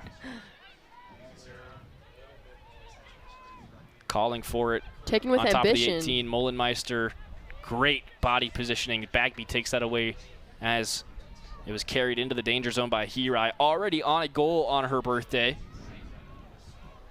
Bagby is definitely a player to watch for with stealing possession. I've seen a lot of that this game. It's pretty impressive, even with all the fouls. If we do see a Portland goal in the second half, I'll be surprised if Bagby's name isn't attached to it as an assist. A foul called that time against Hirai, who looked to have been hand fighting there with the Portland Pilot. And now we're going to have a stoppage as Utah State is up in arms about the decision. See, this is that aggression I was talking about in the first half. I knew that it was just going to build up more and more, and I was pretty excited to see what it was going to be like in the second half. And already in the 60th minute, we're seeing some hands on each other. A little more foul play than usual. Our head official taking a second there to assess a warning to each bench. Awkward header by Talia Winder. Ran through the back of by a Portland Pilot, headed over the end line for a goal kick, and Winder a little slow to get up. That's never a good sign. But she gets up. It was Middleborn again that created the contact. You're starting to see that a little bit more from Journey Middleborn as this game goes on. Just a very physical style of play. Starting to lose a little bit of her positioning there as she lets that momentum carry her through the back of a defender. With the amount of fouls we've seen from Portland already, a couple talkings too for some of their players. It's just something to be mindful of in the final hour of this one, as the clock is stopped just shy of the 61st minute. In for the Pilots, number 20, Justin Nelson. Justin Nelson going to rejoin play for Mao Ito. Ivy with a plan. Gets it well over midfield, takes a bounce near Hendricks, who nods it down for Barrera. Couldn't keep a clean first touch on that ball, but Utah State holds on to it for now. Hirai off the interception at midfield. Back down the left wing into the final third. Heavy touch around the corner, slid through and knocked out by Portland. No, they managed to keep that ball in play, no corner. Hendricks deflecting, centering, Mullenmeister just wide. So close again. Another close SOG. I don't understand. There just is something missing in the connection. It's the pace that Utah State hits these crosses with. They're so hard to control one touch. And when you're that close to the net, you don't give yourself a whole lot of time to react. That's true. But still, the pressure there for Utah State, as it has been for 61 minutes now. Hirai looking for Mullenmeister. Bounces around. Hadley Barrera's got it. Barrera sweeps it down the left side. Got tangled up by a Pilot. And Barrera's going to get called for the foul there as she pushes through her mark. A little too ferocious trying to get back to that ball. Take another look at this opportunity, though, for Maya Mullenmeister. I mean, how close was this, Faith? Starts with that Hendricks takeaway on the end line, and that's how fast Utah State can flip the tables on you. Yep. No, that's definitely something to make the Pilots sweat a little bit. You don't realize where they're at until they're there, and the Pilots are just lucky that Mullenmeister didn't connect that. Portland, though, with a counter opportunity of their own. Snuffed out by Wrights. Lopez gets to the second ball and then chopped down.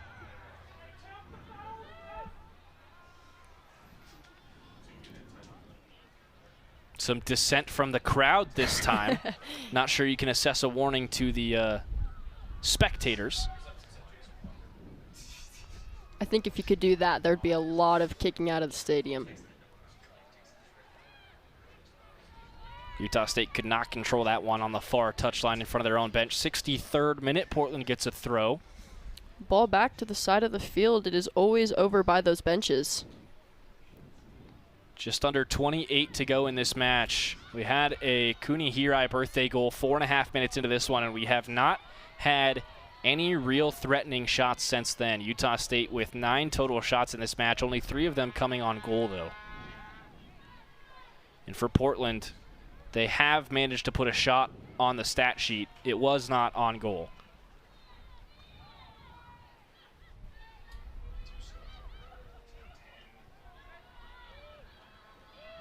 Backline again. Norman trying to go left side, generate a crossing opportunity. Nothing open yet. And again down the left side, Rapp.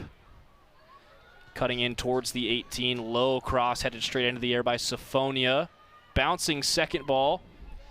Pushed further upfield by Lopez, but the Pilots hold on. Siphonia's definitely been Ivy's second-hand man over on the attacking third for the Pilots. Defensive third for the Aggies.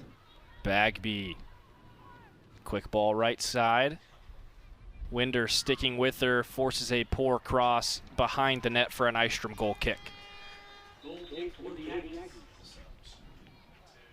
The entire back line, really, for Utah State today. The Winder sisters, Siphonia and Kata Wilson, just continuing to be phenomenal despite not a single one of them in their senior season. Sellers going to come in for Maya Mullenmeister. Kei Oneda is going to come in as well. Rachel Wright's going to get a break in the defensive midfield. Selena Sellers and Kei Oneda one more time. No Samantha just yet.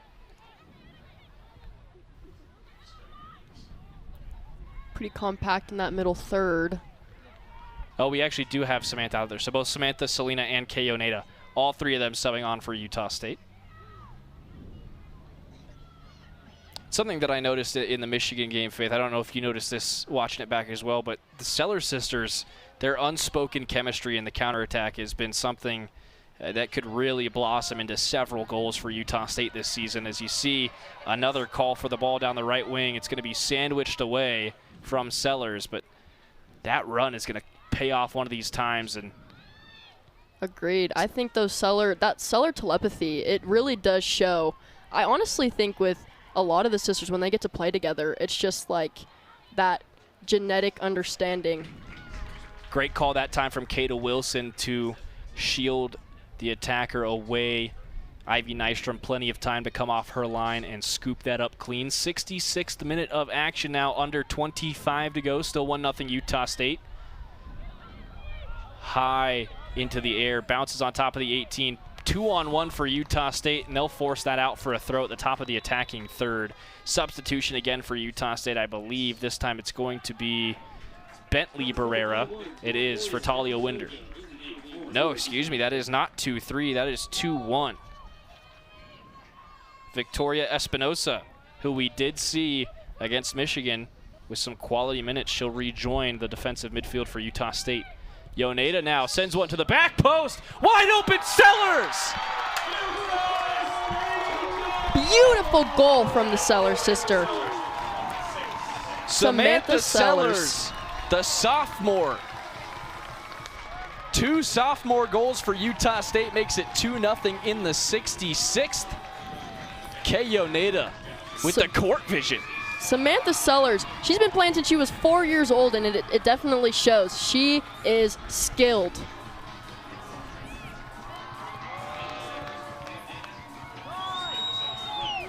We've got a party at the bell. Just look at the lights if you don't believe me. Take another look at this one. Kay Yoneda put that thing on a dime. Right foot floater, wow. Wide open back post. Wow, Kay Yoneda with the assist. That is a beautiful connection between those two. This is what we were looking for. We've got a challenge from Portland that the ball was out of play before Yoneda put the cross in.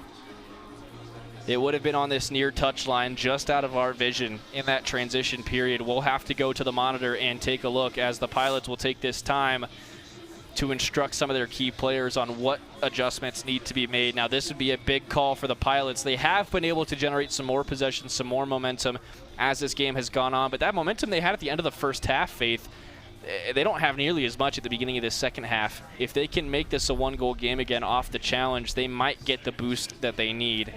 But if it goes to 2-0 with 24:15 to go, that's a tough mountain to climb.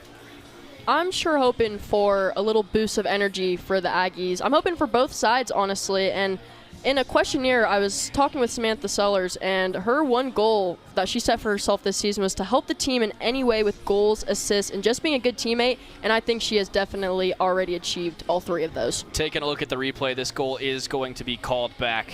Right before that ball got to Kay Yoneda, Winder was not able to keep it in the full ball, about a ball and a half outside the touchline. Take another look at this replay. It's pretty evident when you look at the footage. Into Yoneda, back to Winder, and that's just well out of play. Like you said, Stockton, I hope this is the boost. It tells the Aggies, it's time to lock in. Pay more attention. Maybe a little bit more aggression, keeping the connections. This is where it really matters. I mean, as we saw in the Michigan game, the second half was the most scary for the Aggies. And if they can keep control in the second half, they probably have this game in the bag.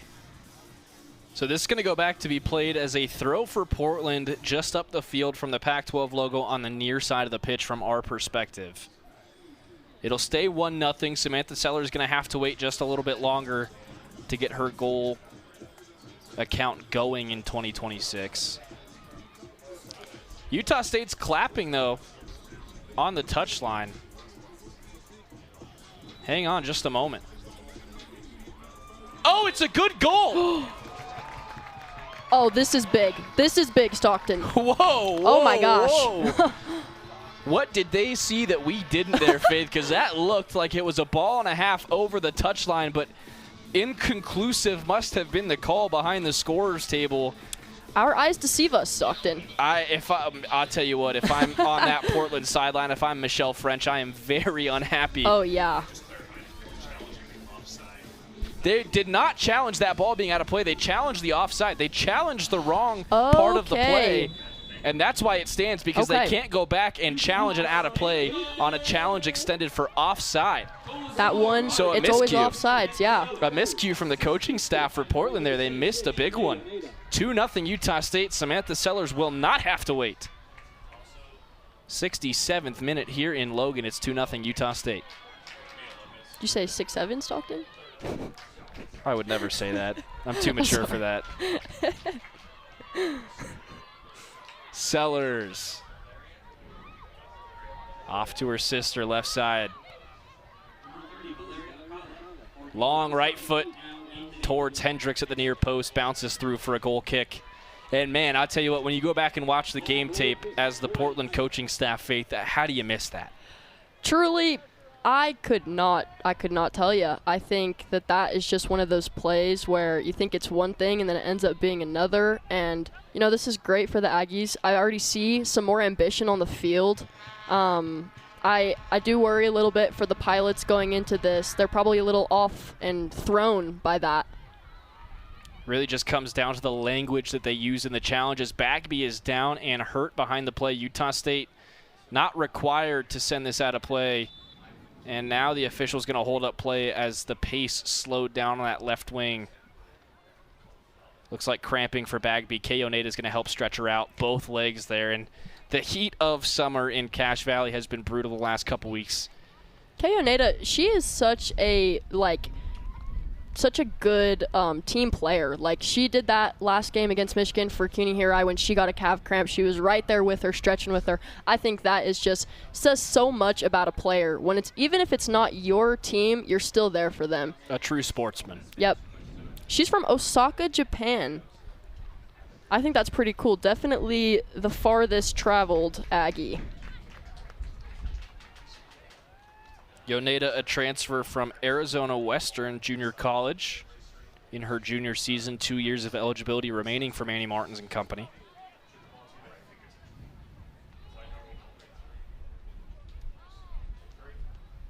Drop ball going to be played for Utah State along that far touchline. Sellers going to have the rights to this one. Pretty spread out.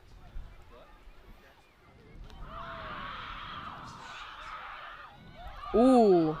Great stop juke. and go there by Sellers. Oh, my goodness. Got her a second time. Third time's the charm. She put two Pilots on the ground 3 different times, and we've got a Portland player down behind the play, slow to get up.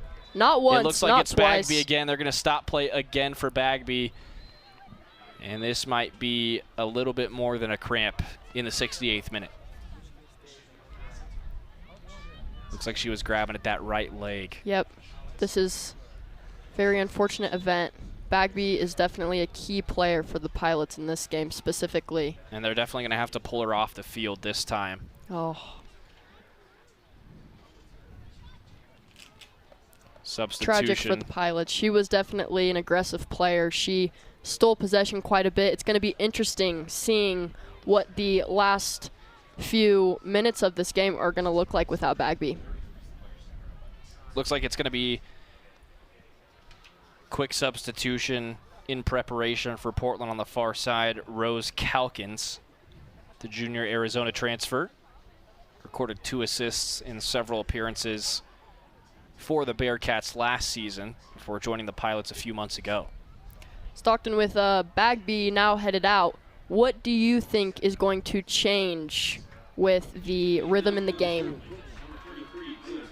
It's tough because Bagby did so much to build counterattack opportunities for Portland and has been to this point their fastest player on the field, so they're going to lose a lot of speed from the right back position. And she was definitely speedy, and we have some very speedy players for the Aggies over here. So not having her right on their tail is definitely going to switch up how we see this match go. Yoneda let that bouncing ball just kind of die as Portland pressed the drop ball too early. Now chips this one in towards Sellers. Caught out of the airs cleanly by Sophia Hills. Right into the hands of the Calkins. Hills Ooh. may have been bumped by Sellers that time as she came over the 18-yard line. If she handles that ball over the 18, it's a free kick for Utah State. Instead, they're going to give a free kick to Hills, half a ball inside the 18, and that was the right call. She did get bumped by Selena on the way up the field. Yeah, you could definitely see it in her footing. She was just stumbled a little bit. Headed down. Hot pursuit to the far side of the field. Utah State's 4'10 threat Victoria Alcala joining play for Utah State and showing off that burst of speed early on in her appearance. We haven't seen much of Victoria, but it's going to be pretty exciting to see what she can do this year. Did get a handful of minutes towards the end of the Michigan match on Sunday. Didn't get much time on the ball, though. And you can see some of that recovery speed from her, forcing a bad pass from Portland. Utah State will have a throw in their defensive half, and we'll have a sub per side here in the 69th minute. 21 and a half to go. Looks like it's going to be... Trying to get some numbers over here. Yeah. Utah State has someone injured coming off the field. Looks like Victoria Alcala hurt herself behind the play there. She is... Valeria Alcala, Yep. excuse me. No worries. Victoria, Valeria, super similar. She looks really rattled as she heads back to the Aggie side of the touchline. Hopefully she'll be able to walk that off and be okay as Utah State gets back at it Monday down in Orem against Utah Valley. Valeria was part of the 11 that witnessed that last shot from Michigan in the very last second of the game.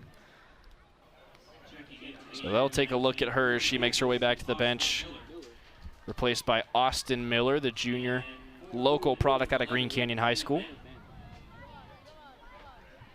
Portland to the near side. Perhaps an opportunity for Calkins, who had the lone shot on goal against Washington. Lays it off down the left side. Syphonia with the man on pressure. Always cornering them in that left corner. Forces a weak cross, ricocheted well outside the 18. Recycled back. Now off to the near side.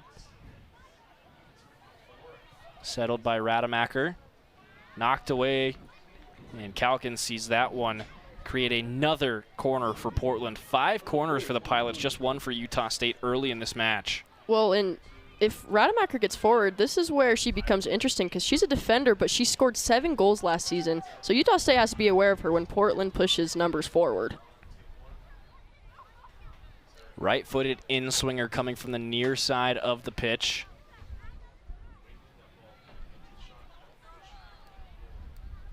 Pilots moving around to the back post. Short corner to the near post as they had one waiting along the end line. Kept on side by the 2 Aggies stationed at either post next to Nystrom. And will reset to it again. 71st minute, less than 20 to go in this one. Portland running out of time in a 2-0 game. Long ball across, great headed contact, blocked by Syphonia. Follow-up shot blocked by a teammate. Portland denying themselves their opening goal. Definitely going to have a conversation about that later. Just unfortunate timing there as that shot comes in towards one of the screens on the post. Just over 19 to go. We switch sides and go again from the corner this time. Tavy Khan to the opposite side. Outswinger this time. Seen a similar formation to this one. 4 Pilots, inside the 6, right in the middle of the box. Floated to the far post, over the crossbar, and on top of the net. Nystrom watches that one float over for a goal kick. Didn't even need to worry. 18 and a half to go. Let's take another look at that sequence from Portland. Almost finding the back of the net and making this one interesting. See the ball come in. Good header on, blocked by Syphonia, but the follow-up comes off the foot of a Pilot. Nystrom looked like she had that bottom corner covered, though, right behind the Portland attacker. Either way, I'm not sure that's going in, but for Portland, definitely a little frustration on that sequence. Definitely, Stockton. 50-50 ball still up in the air at midfield as Sellers chases off to the far side. Great left-footed hook on. There goes Barrera. Tried to lay it off for Hendricks, who was wide open in the middle. Nice block from the Pilot. Sellers making the run down the left side. Sent out for a Utah State throw. If it wasn't for that block from the Pilot, I believe that Samantha would have gotten that. Yoneda's pass intercepted. Pilots send it the other way. Goes out for a throw. Utah State will have it just in front of the scorer's table.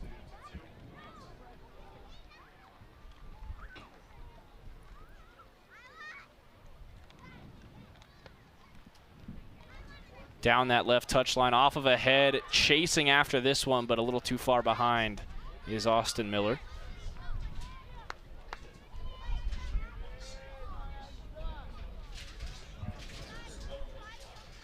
Still bouncing around on that far touchline as Utah State just tries to hold it inside their own half. Cleared out as far as Wilson. Back across the midfield stripe. Trying to switch sides for Hendricks, ends up splitting the difference between her and Sellers. Hills knocks it down, under 17 to play. Miller, good press at midfield. I think we've seen a lot of splitting the difference between the Aggies this game. And another errant pass off the wrong side of the foot for the Pilots gives Utah State a throw just past midfield.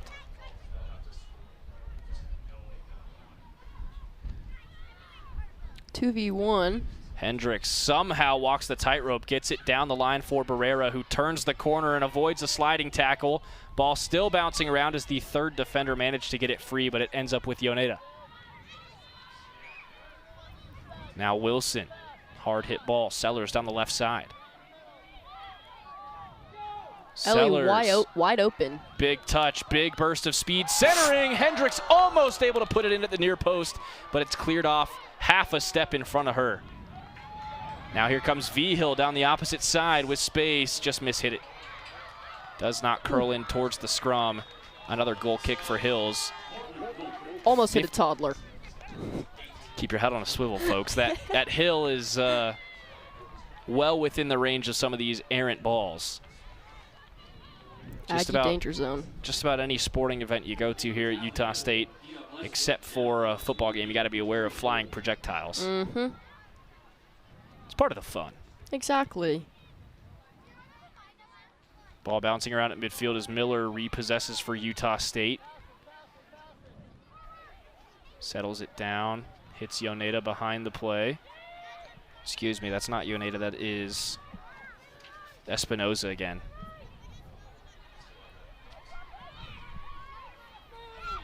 Hendricks. Vigil. Trying to open up a cross down the right side. Double team. Sends it off of a Pilot. Checks up at the end line. Stays in. Across the 6. Cleared out at the last second. Only as far as Yoneda, who steps on it. Beautiful touch. Cycling that possession, left it can side, do everything. Sellers couldn't stretch out and control it. Let's take another look, though, at that sequence about 90 seconds ago. This ball almost makes its way to Ellie Hendricks. Clearance by the skin of Portland's teeth. I think we had a bit of an issue with the replay there. No matter, still 2-0 Utah State.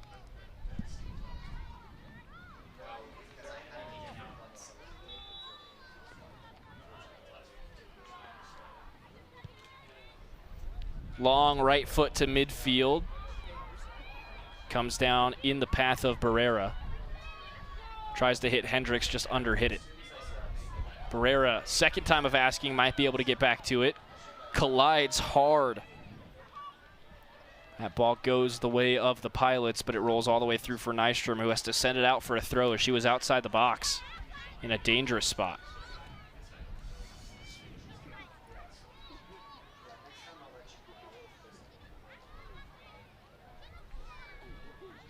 As a wingback, Ellie is just running right up and down that field, back and forth. She might need a new pair of lungs after this. Especially at this altitude. Yeah. Again, all the way back to the back line. It looks like Oh, Bagby's back in.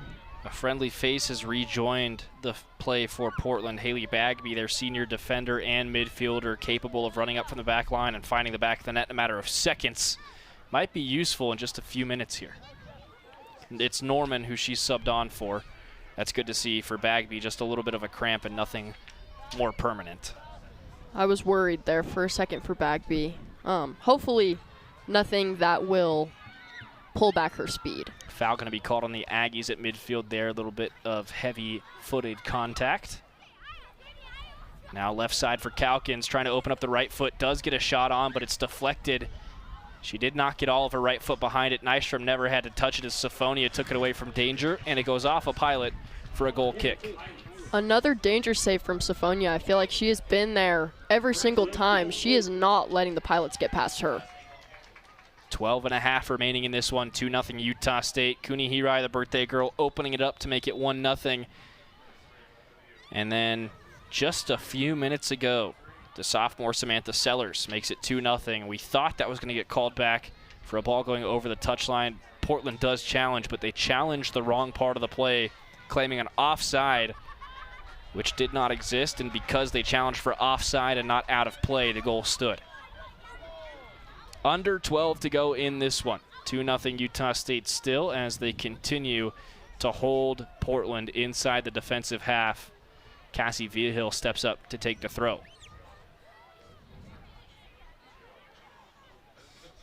Hendricks knocked away from behind by Calkins right off the throw. Yoneda in the right spot to deflect that pass. Miller off to the right side. Vihill making the run, doesn't get the ball off in time. Miller with the footwork. Spins around a defender, put her in a blender now. A long shot from Barrera over the crossbar.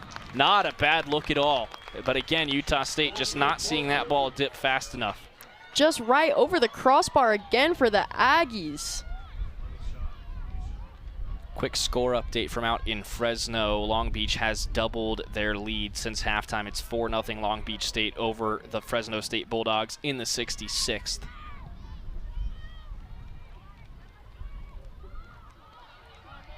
Some former WCC rivals of Washington State and Oregon State getting some action against some Pac-12 schools, and they've split it about 50-50 over the last 36 hours. Definitely going to be interesting to see if Portland can pull it back in the last 10 minutes of this game. After that Michigan goal, I can't rule anything out as impossible.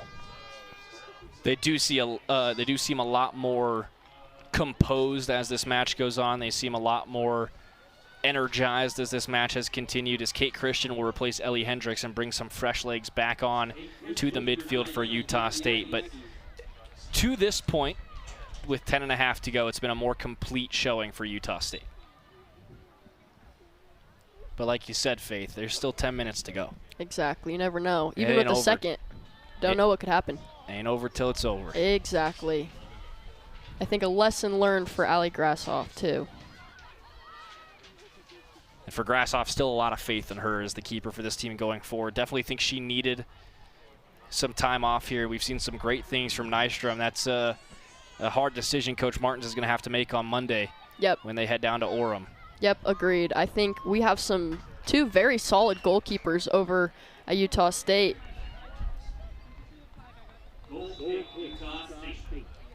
Nystrom will get another time to put her right foot to it as Utah State will make a trio of substitutions.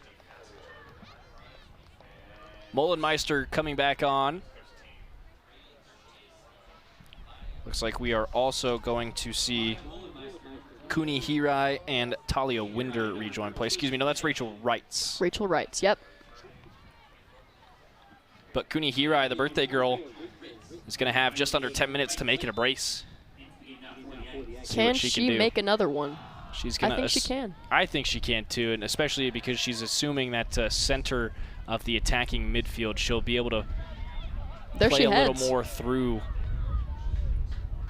As this cross is hard hit towards Christian, does not make it all the way across the 6. A good defensive header, but Utah State's going to trap Portland inside the defensive third once again. This is a tough spot for the Pilots to be in, especially with the Aggies starting to build more and more ambition, especially after that second goal. Bad bounce off that second throw. It'll be a goal kick for Hills. Hills on the right. Looking compact in the middle third. 9 minutes to go in this one as we hit 9:30 local time.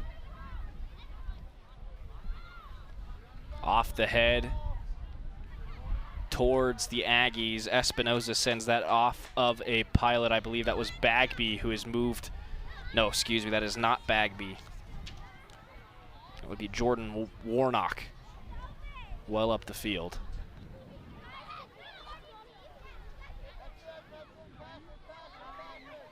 Mullenmeister away from pressure. Still bouncing around midfield. Portland gets it back to Bagby for now. And taken back just as quickly. Hirai down the left side, Bagby a little faster. Bagby lost her footing getting that clearance off, and it will leak out of play for a Utah State throw. Bagby pops up quickly, though, good to see.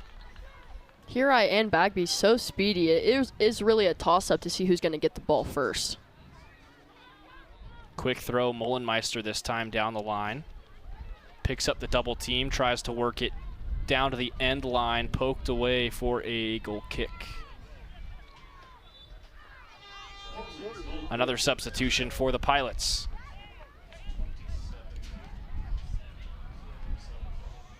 Kaya Zurich coming back in for Tatum Manley.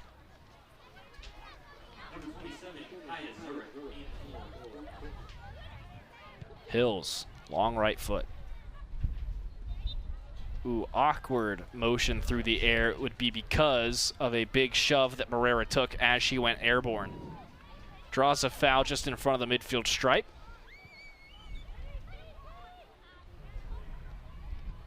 Wilson's going to take this one right on the paint. And Utah State spreading out throughout that attacking half. The goal is not necessarily goals at this point. It's just to possess the ball for Utah State. Deflected out of play off Espinoza for a Pilot throw. Portland has managed to put some shots in the vicinity of Nystrom in the late part of this match. 4 total shots now, 1 shot on goal for the Pilots as Utah State will get whistled for the foul. Pilots starting to get a little anxious, seeing if they can put any points on the board. For Nystrom, though, it will be nice that she'll get credit for at least 1 save in this one. Has been tested a few times here and there. Summers definitely got her back. That whole back line has just had her back the entire time. She hasn't had to sweat too much. Portland goes back to the bench. Kate Kovacs coming in for Rose Calkins. Another player who made their Pilots debut against Washington. I'll be surprised, Faith. I'm a little surprised by that substitution. Agreed. I expected Calkins to stay in longer. Like you mentioned, the only shot on goal against Washington on Sunday. And coming out of Arizona, had some ability to create offense. I think Michelle definitely can see through her players. Maybe she was showing some, tiredness, some exhaustion. Well, the true freshman Kovacs with an opportunity to make an impression here. Tries to move that one down the left side. It will be a Utah State throw off the outside of the foot of Kovacs. 5.5 to go as the official stops the clock. Potential. He's going back to send Elizabeth Rapp off the pitch again. I think, yep, she has started bleeding again. Unfortunate again. Collided head-to-head with a teammate early in this match, maybe 2 or 3 minutes in. I think it was 34 seconds in, actually. So one of the first actions of the game. Yeah. Rapp got some, I think it was forehead to jaw contact, somewhere in that area. I think it was forehead right to the middle of the nose. So a bloody nose and maybe some damaged cartilage in there. She has been able to come back in and participate, but again, NCAA rules, if you're actively bleeding, you cannot be on the field. And I think that's a extremely fair rule. Also, Pilots got white jerseys. You ain't hiding that one. Nope. Coming back with some battle wounds. Nystrom over the middle stripe, headed down by Zurich. Bounces all the way back into Sifonia's territory. Lost it, though, on a heavy touch. Long shot from way outside. Didn't have it squared up. It's wide right. Nystrom's got a goal kick. It's one of the things that I've noticed as well with Portland in the second half, and tell me if I'm off here, Faith, but the Pilots have been rushing a lot of these attacks. They have been a little too anxious to get a shot off, and they've been doing so off balance, unset, and as a result, not putting any on frame. Yep, agreed, Stockton. I think they need to find that middle balance between taking those chances and maybe waiting to make sure those chances can go through all the way. Rushing is never good, but it's a common theme in soccer. It's just the name of the sport. I think it's human nature as well. You see it in every sport across the board. You get it down into crunch time. 4 minutes left in this one, down by 2 goals. It's going to take a Herculean effort to come back in this one for Portland, and as a result, you start to panic. Yep, it's that pressured mentality. You got to just go, go, go. Great deflection at midfield for Utah State. Almost turns into something dangerous. Instead, it'll be a Hail Mary for the Pilots that bounces twice into the arms of Ivy Nystrom. 3.5 to go. Nystrom walking it back up the field. Taking her time. Puts it down. Plays it well over the midfield stripe. Miller just a little bit underneath that ball. Header off the Pilot. All the way back to Bagby now as Mullenmeister chases.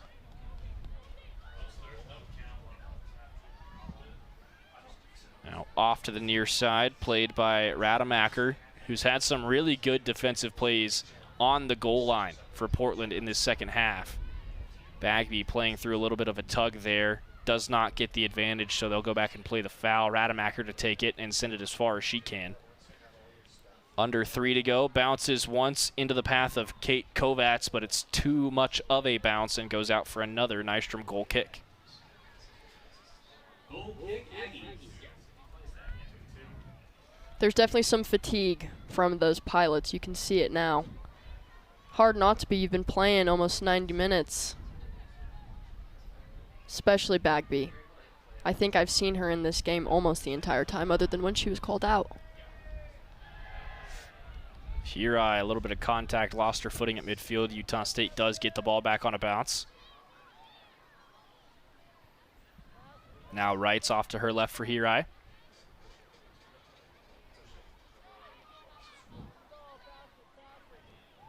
Lots of contact, no whistle.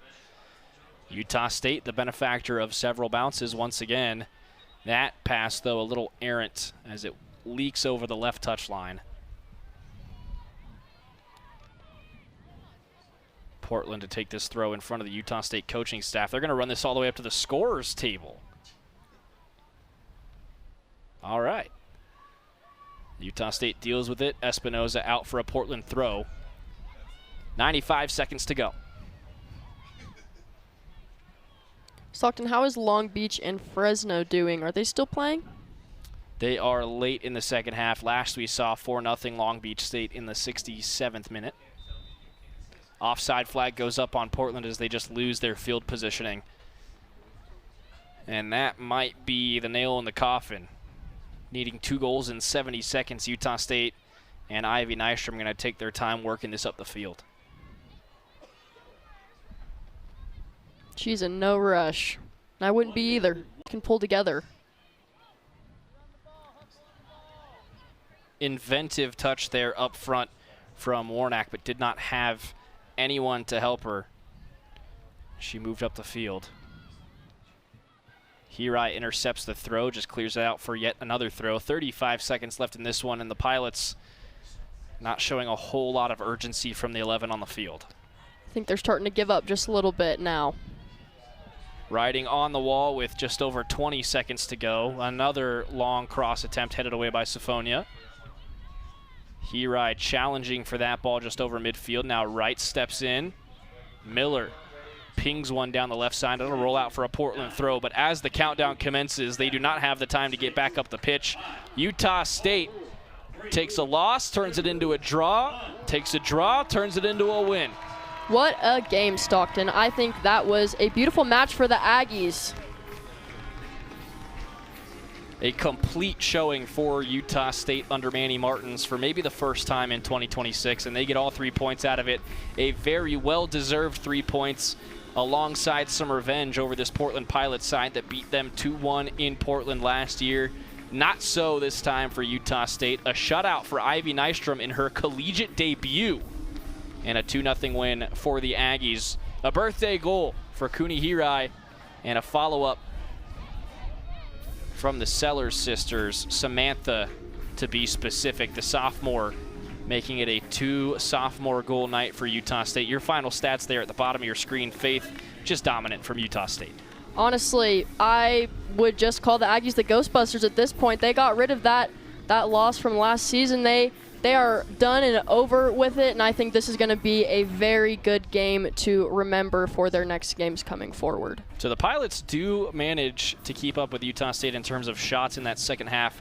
They only put the one on frame. Nystrom getting credit for the save there on a chaotic sequence inside the 6 off of a corner for Portland.